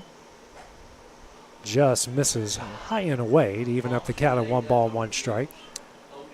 I'd say the shortstop Wagner's shifted a little over to his left, but with his speed, he can make it across the diamond in a hurry. There's a 1-1. Lined up the middle and through for a base hit. So back-to-back 2-out singles here for the Mustangs. Brings up the left fielder, Miles Moore. Yeah, it's the first lefty the Mustangs have faced, and Tidwell, right-handed batter, just waited back on that 77-mile-an-hour fastball and sent it right back where it came from. And Wagner was just shifted a bit too far over to catch that liner. Now back-to-back runners on with the cleanup batter up to bat. Moore is 0 for 3. Ground out in the first. Reached via an error that scored a run in the third and struck out swinging in the fifth.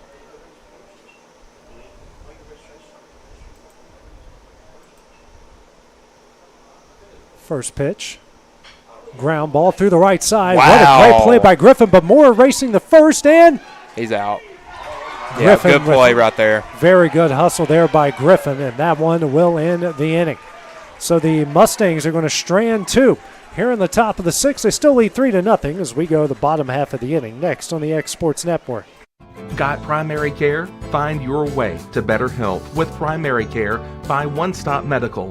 With decades of combined experience, you'll find a one-on-one relationship just like the old days, but with the convenience and technology of today. When One Stop Medical does primary care, it's the best. Call today for an appointment and find your way to healthy living. Serving Lawrenceburg, Pulaski, and Hohenwald. Phone 244-8220. Primary care by One Stop Medical at its best.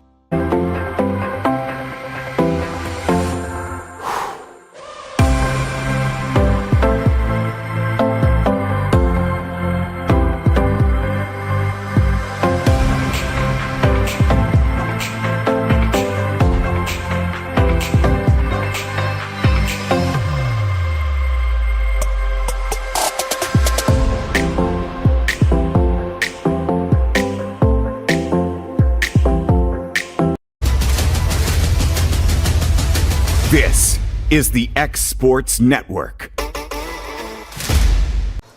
Loretto leads 3-0 in this Class 2A opening round game as we go the bottom of the sixth. 2-3-4 due up for the Patriots. Smith, Griffin, and Zeligman. Carter Daniel on for a sixth inning of work through 5. No runs off 3 hits, 3 walks, 6 strikeouts. Right now at 84 pitches. So Smith will lead things off 1 for 1. A single down the left field line in the first and walked in the third. So his third at bat here against Daniel. One of the few to have some success against Carter so far in this game. Yeah, reached twice, a single and a walk. Leading off for the Patriots, number 25, Justin Smith. Daniel now will step off the rubbers. They're getting their defense here straightened out. Shading him to hits towards left field some. It's the first pitch. Breaking ball, sent back foul for strike 1.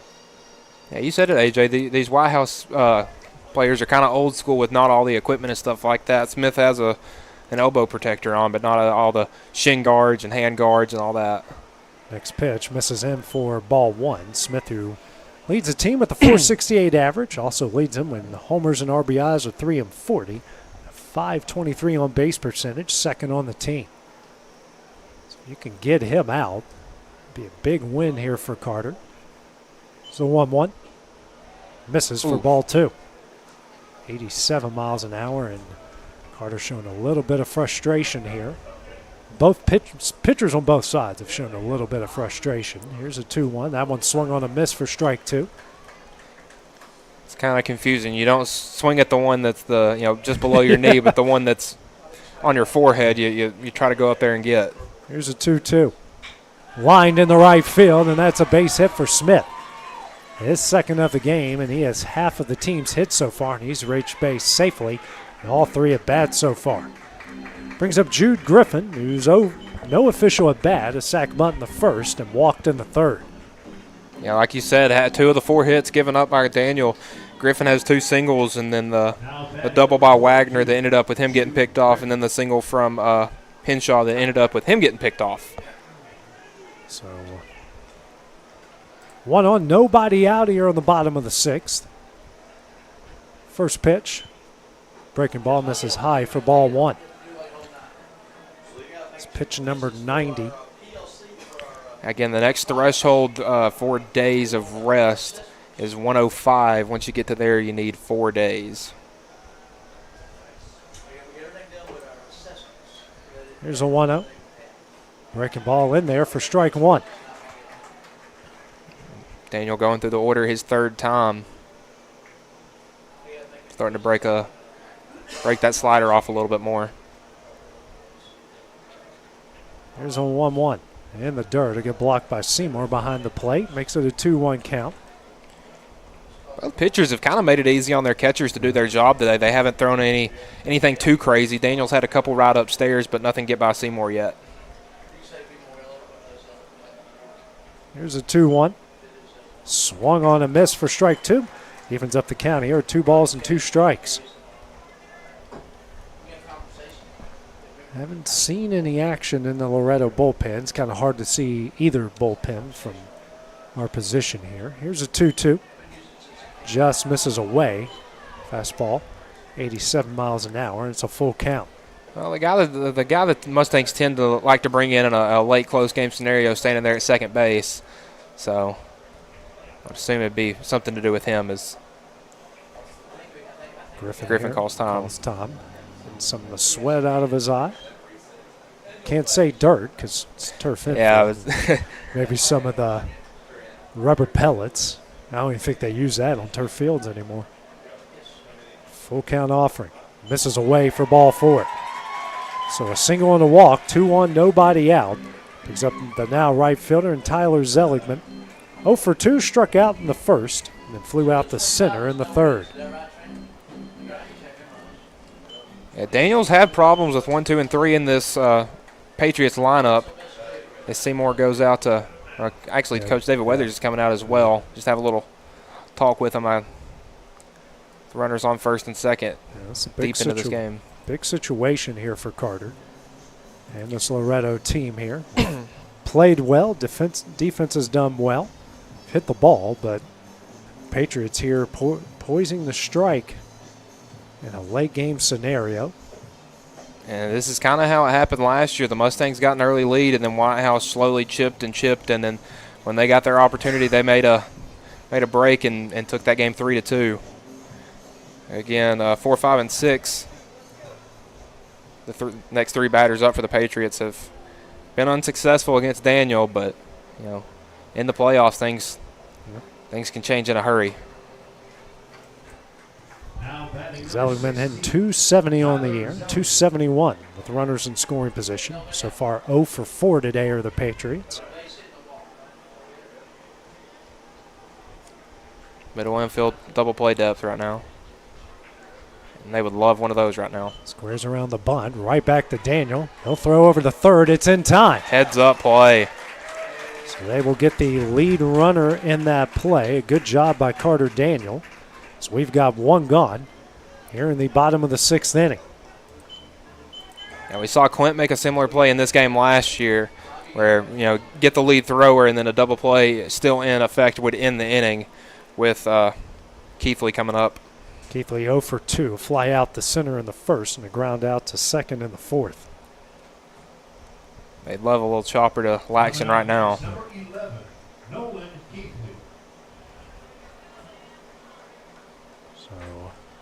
Quick conversation with Keithley and his third base coach. He'll get into the box. Third at bat here against Daniel. First pitch. Fastball in there for strike 1, 87 miles an hour. Gregory, the pitcher, standing on deck for the Patriots.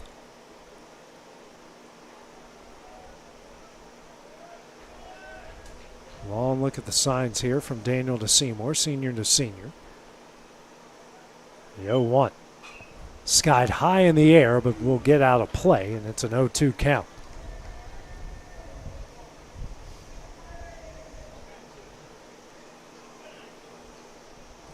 You can kind of feel the tension building right now. It was, you had runners on first and second with nobody out. Now runners still on first and second with 1 out. We'll see which team makes a break here.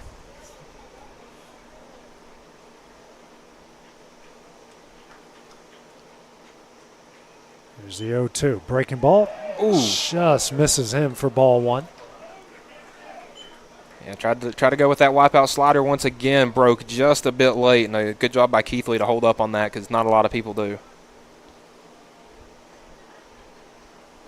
Pitch 100 coming up from Daniel. Now Keithley will call time. Daniel wanting to go. You can see him a little agitated right now.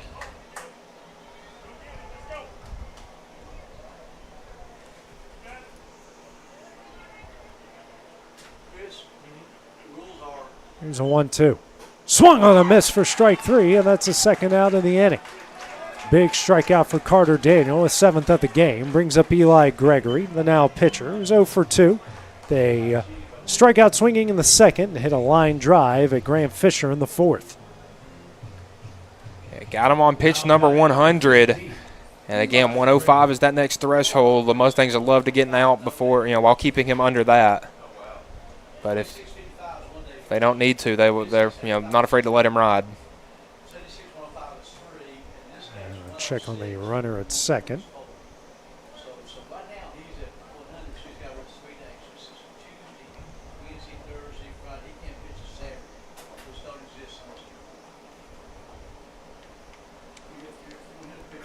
Daniel back on the rubber. I'll look at the signs again. Here's the first pitch. misses high for ball one.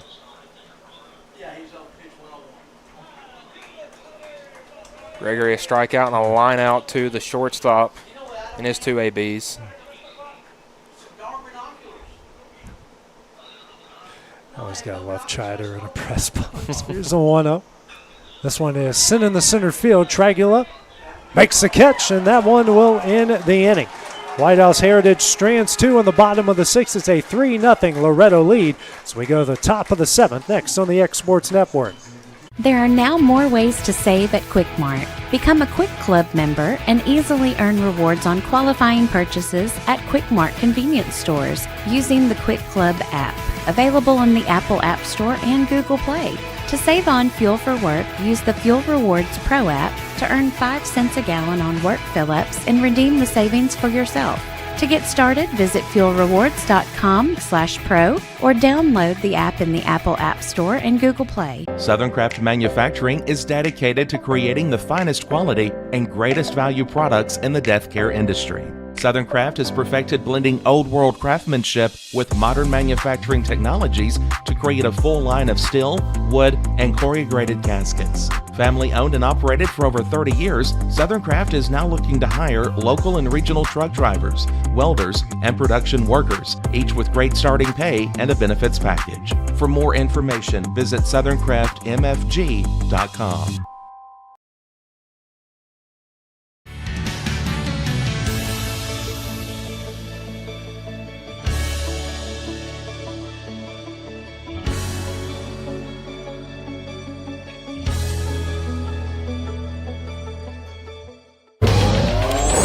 Going the distance with local sports. This is the X Sports Network. Loretto leads White House Heritage 3-0 as we go to the top of the seventh, the Class 2A State Tournament opening round game. 5, 6, 7 do it for the Mustangs. Daniel Tragula and Jaden Aaron. Eli Gregory back on through 2/3 of an inning, has given up 2 hits, no runs, no walks, no strikeouts through 8 pitches.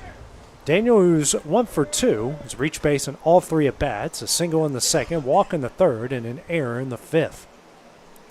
Mustangs would love to get an insurance run on the board. That one is up the middle, and he will reach base for the 4th time.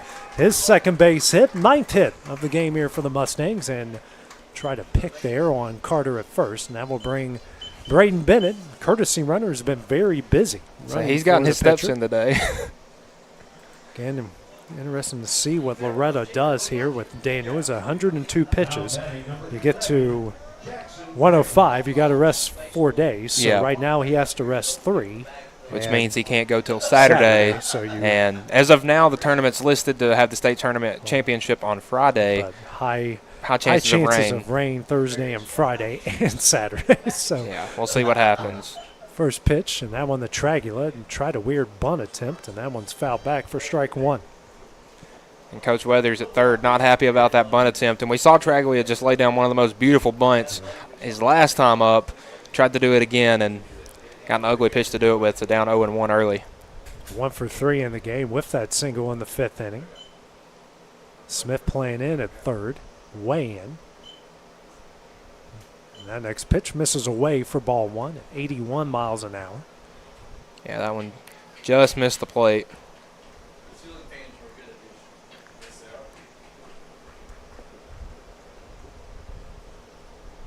Comes a 1-1. Breaking ball is going to hit him on the backside. Oh.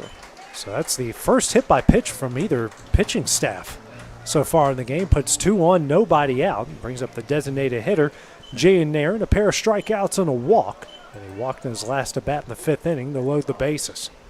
And joking, saying Jaden should have wore one his last time up. Yeah. Jackson does the dirty work, so now Jaden coming up with runners on first and second. And it's these kind of opportunities that he likes to get big hits in. Coming up next, number 7, Jaden Aaron. And they may, with a sophomore, I'm not sure. I don't think I've seen Jaden lay down a bunt this year, but with runners on first and second, no out, this is definitely the opportunity to do it.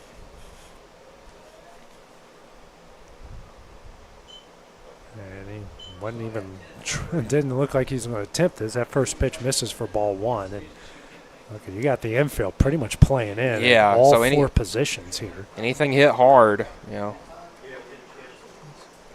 Wagon there at short, giving a lot of attention to Bennett at second. Here's a 1-0. That one's fouled back for strike one.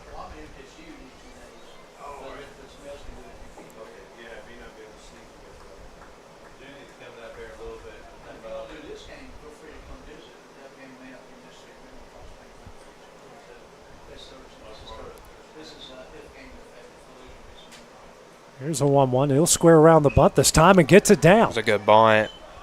Aaron, the throw over to first is in time, and that will advance both runners with one gone in the top of the seventh to bring up the second baseman and Lucas Laxon. Hey, that's exactly what they wanted right there. You know, you love to be able to lay down a bunt single, but Aaron, just the ability to put two runners in scoring position with one out, you know, puts a big at bat into the hands of junior second baseman Lucas Laxon. Laxon 0 for 3, a ground out the second in the second, strike out in the fourth, and the fly out in the right in the fifth.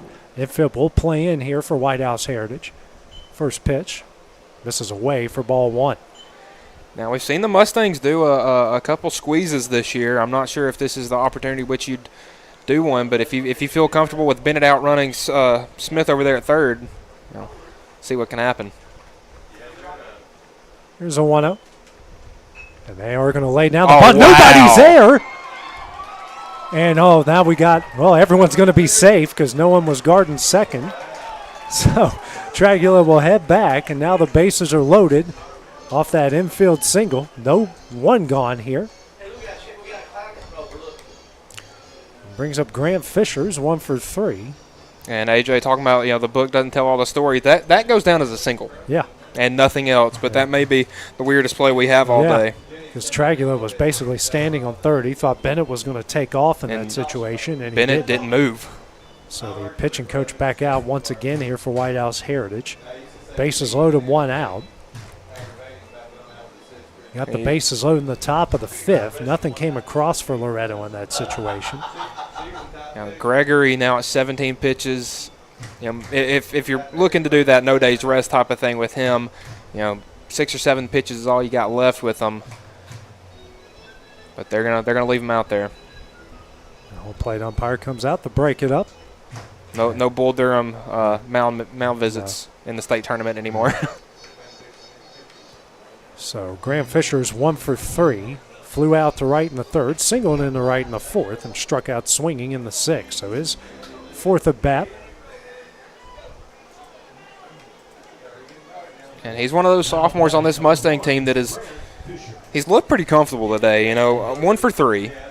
Has played really, really solid defense. And would love a big hit right here. First pitch, and that one is fouled back for strike one. That one is fouled off of Newton and did not feel good as he'll take a go and chase after that foul ball and shake off that hit. And it looked like Fisher was really choked up on the bat right there, just trying to put something in play. The infield is playing in here for the Patriots. Definitely going to try to go home in any scenario to try to start a double play at least.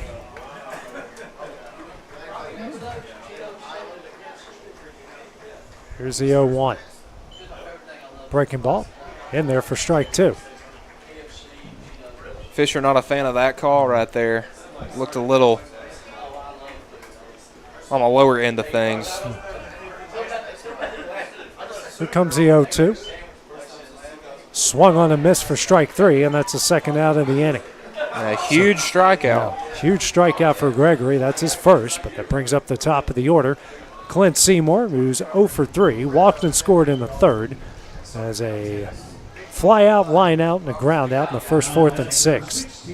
Feels funny talking about Clint Seymour in the seventh inning with hitless, but he's done what he's needed to do at the top of the order. Walked and scored a run, like you said earlier, in the third inning, and really kind of started the floodgates, so to speak, in this very low-scoring game.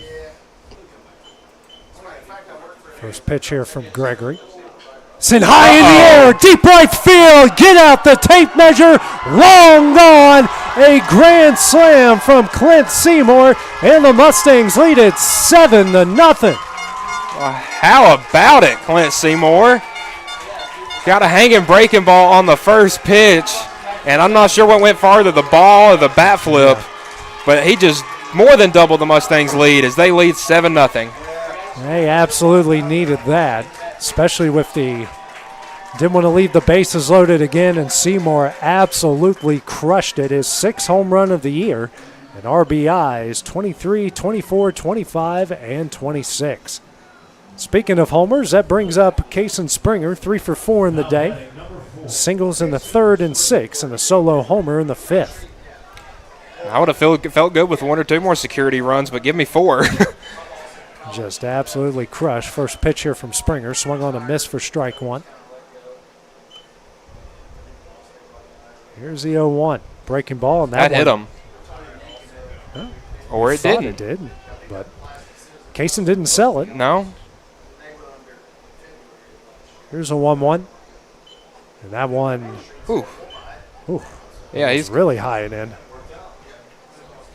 Well, I don't know if this is the olden days, but usually after you hit a grand slam and flip a bat like that, the next guy usually takes one. And comes a 2-1. And that one misses away for ball 2.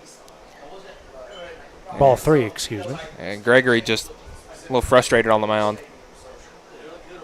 Now the pitching coach will come out again here. It's his second meeting of the inning. And that was pitch number 24. So to be able to pitch Gregory tomorrow on no day's rest, 24 is the highest pitch total you can go to. So that's probably going to be the day for him as pitching coach gets the ball from him. So that will be it for Gregory. So while that goes down, we'll take a break here on the X Sports Network. The Raptor Series from Hustler Turf. A premium line of residential mowers designed with a wide stance for operator comfort. A one-piece 11-gauge steel frame and welded steel deck for added durability. Finished off with premium Kawasaki V-twin power.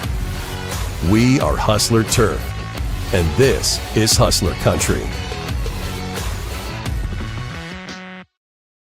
Whether you're looking to spruce up the interior or exterior of your home or business, trust Lawrenceburg Glass to provide a one-of-a-kind product. From windows to mirrors, shower doors, custom framing, storefront installations, and everything in between, Lawrenceburg Glass takes pride in our quality craftsmanship and strong attention to detail. With us, your customer experience always exceeds expectations. We're reliable, on time, and we deliver stunning results. Lawrenceburg Glass. Our passion is reflected in our work. At Smith Tax and Business Service, we offer many services. Along with personal income tax prep, we also offer tax preparation for corporations and partnerships. If you're a small business and looking for some extra help, give us a shout and we'll get you fixed up. Call Mary Beth Smith, Marion Matthews, Brooklyn Bates, or Michelle Staggs to find out how we can help you. Located at 208 Pulaski Street, phone 931-244-6633.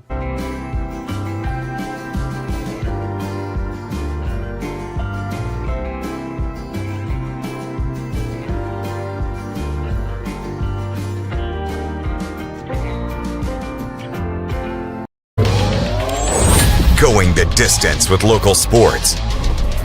This is the X Sports Network. Caleb Casey, the new pitcher in the game for White House Heritage, and here it's a 3-1 count here against Kason Springer. And looks like that's Lucas Laxon coming back from the Mustangs bullpen, so maybe using him to shut the door now with a 7-run lead. Camden Payne's the new second baseman for the Patriots. And that pitch off the end of the bat, Squibber.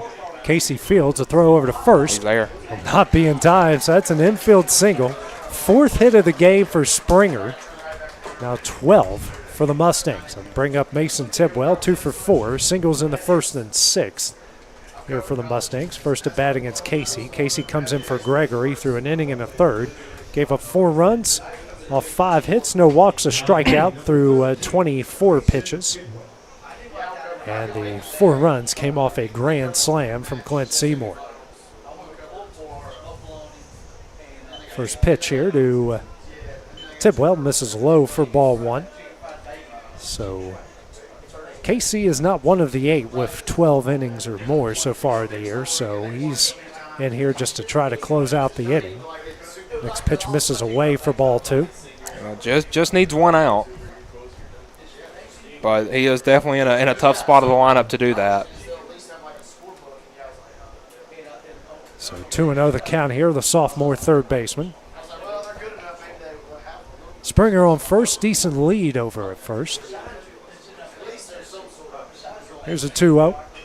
Ground ball here to Smith at third. He'll throw over to first in time, and that one will end the inning. A Clint Seymour grand slam has made it a 7-0 Loretto lead. Final chance for the Patriots coming up in the bottom of the seventh, next on the X Sports Network. Being raised in Tennessee, we believe in the importance of family and community. Creating a positive experience at our family-owned and operated business is one of the ways we share that belief. Being in an accident can be extremely stressful. When it came time for my repairs, Mashburn's made it easy.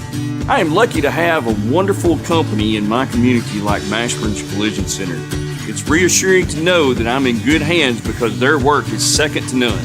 We pride ourselves that the Mashburn name is one of the most trusted in Lawrence County since 1981. Mashburn's Collision Center. Let our family take care of yours. Jack Davis Insurance, located at 201 West Gaines Street in Lawrenceburg, has you covered through all of life's obstacles. Facing those challenges is easier together. That's why Jack Davis specializes in group insurance. Cover the most valuable aspect of your business, your employees, with coverage for life, accident, cancer, critical illness, short-term disability, dental, and vision. Jack Davis can customize plans for every need. Serving Lawrence and surrounding counties since 1987. Contact Jack Davis Insurance today at 931-242-5225. Going the distance with local sports. This is the X Sports Network. Carter Daniel back on to close things out here for the Mustangs. They lead at 7-0 as we go to the bottom of the seventh here in this Class 2A state tournament opening round game. 7-8-9 due up for White House Heritage. Caden Wagner to lead things off, 1 for 2. Ground out the short in the second. A double down the left field line in the fourth. First pitch from Daniel misses high and in for ball 1. Daniel through 6 innings, no runs off 4 hits, 4 walks, 7 strikeouts, right now in 103 pitches. The next pitch swung on a miss for strike 1.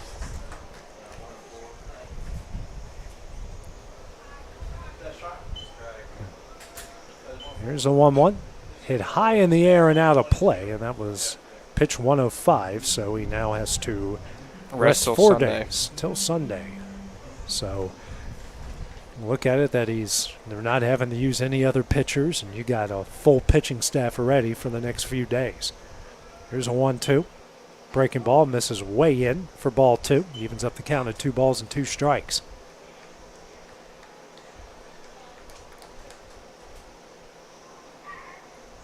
Laxon is ready to go.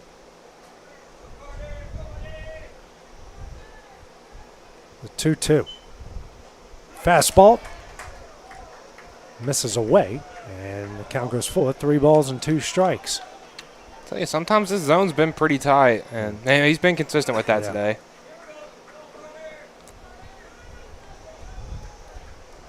Full count offering. Fouled away. And max out at 125 pitches. He's at 108 right now. Full count offering. Hit high in the air. This one's going to stay in the infield. Seymour makes the catch, and that's the first out in the inning. 1 gone. Here in the bottom of the seventh brings up the... Looks like we might get a pitch hitter in this situation. And that will be Cameron Jackson. He will be the pitch hitter here.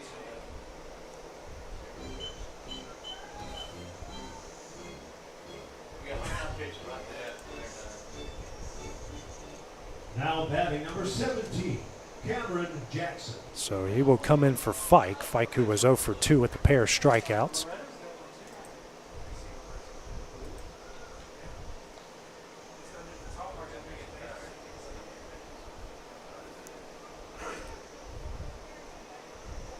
Left-handed hitter here for the Patriots. First pitch for Daniel. It's a fastball in there for strike 1.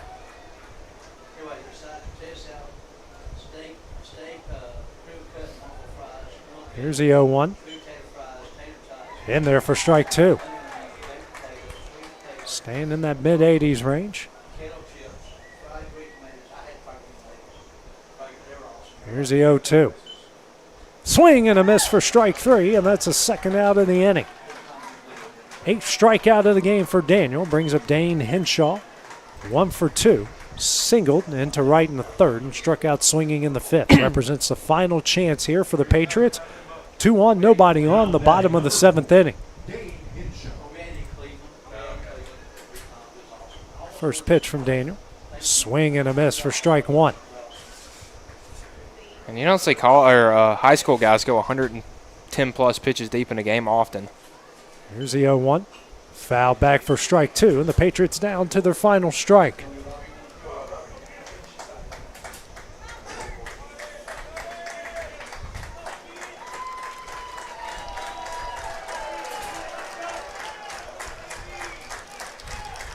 Daniel now will ask for a new baseball, and I don't think Clint saw it.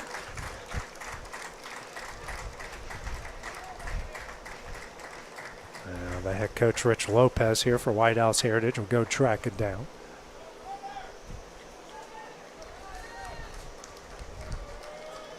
Oh, 0-2 the count here to Henshaw.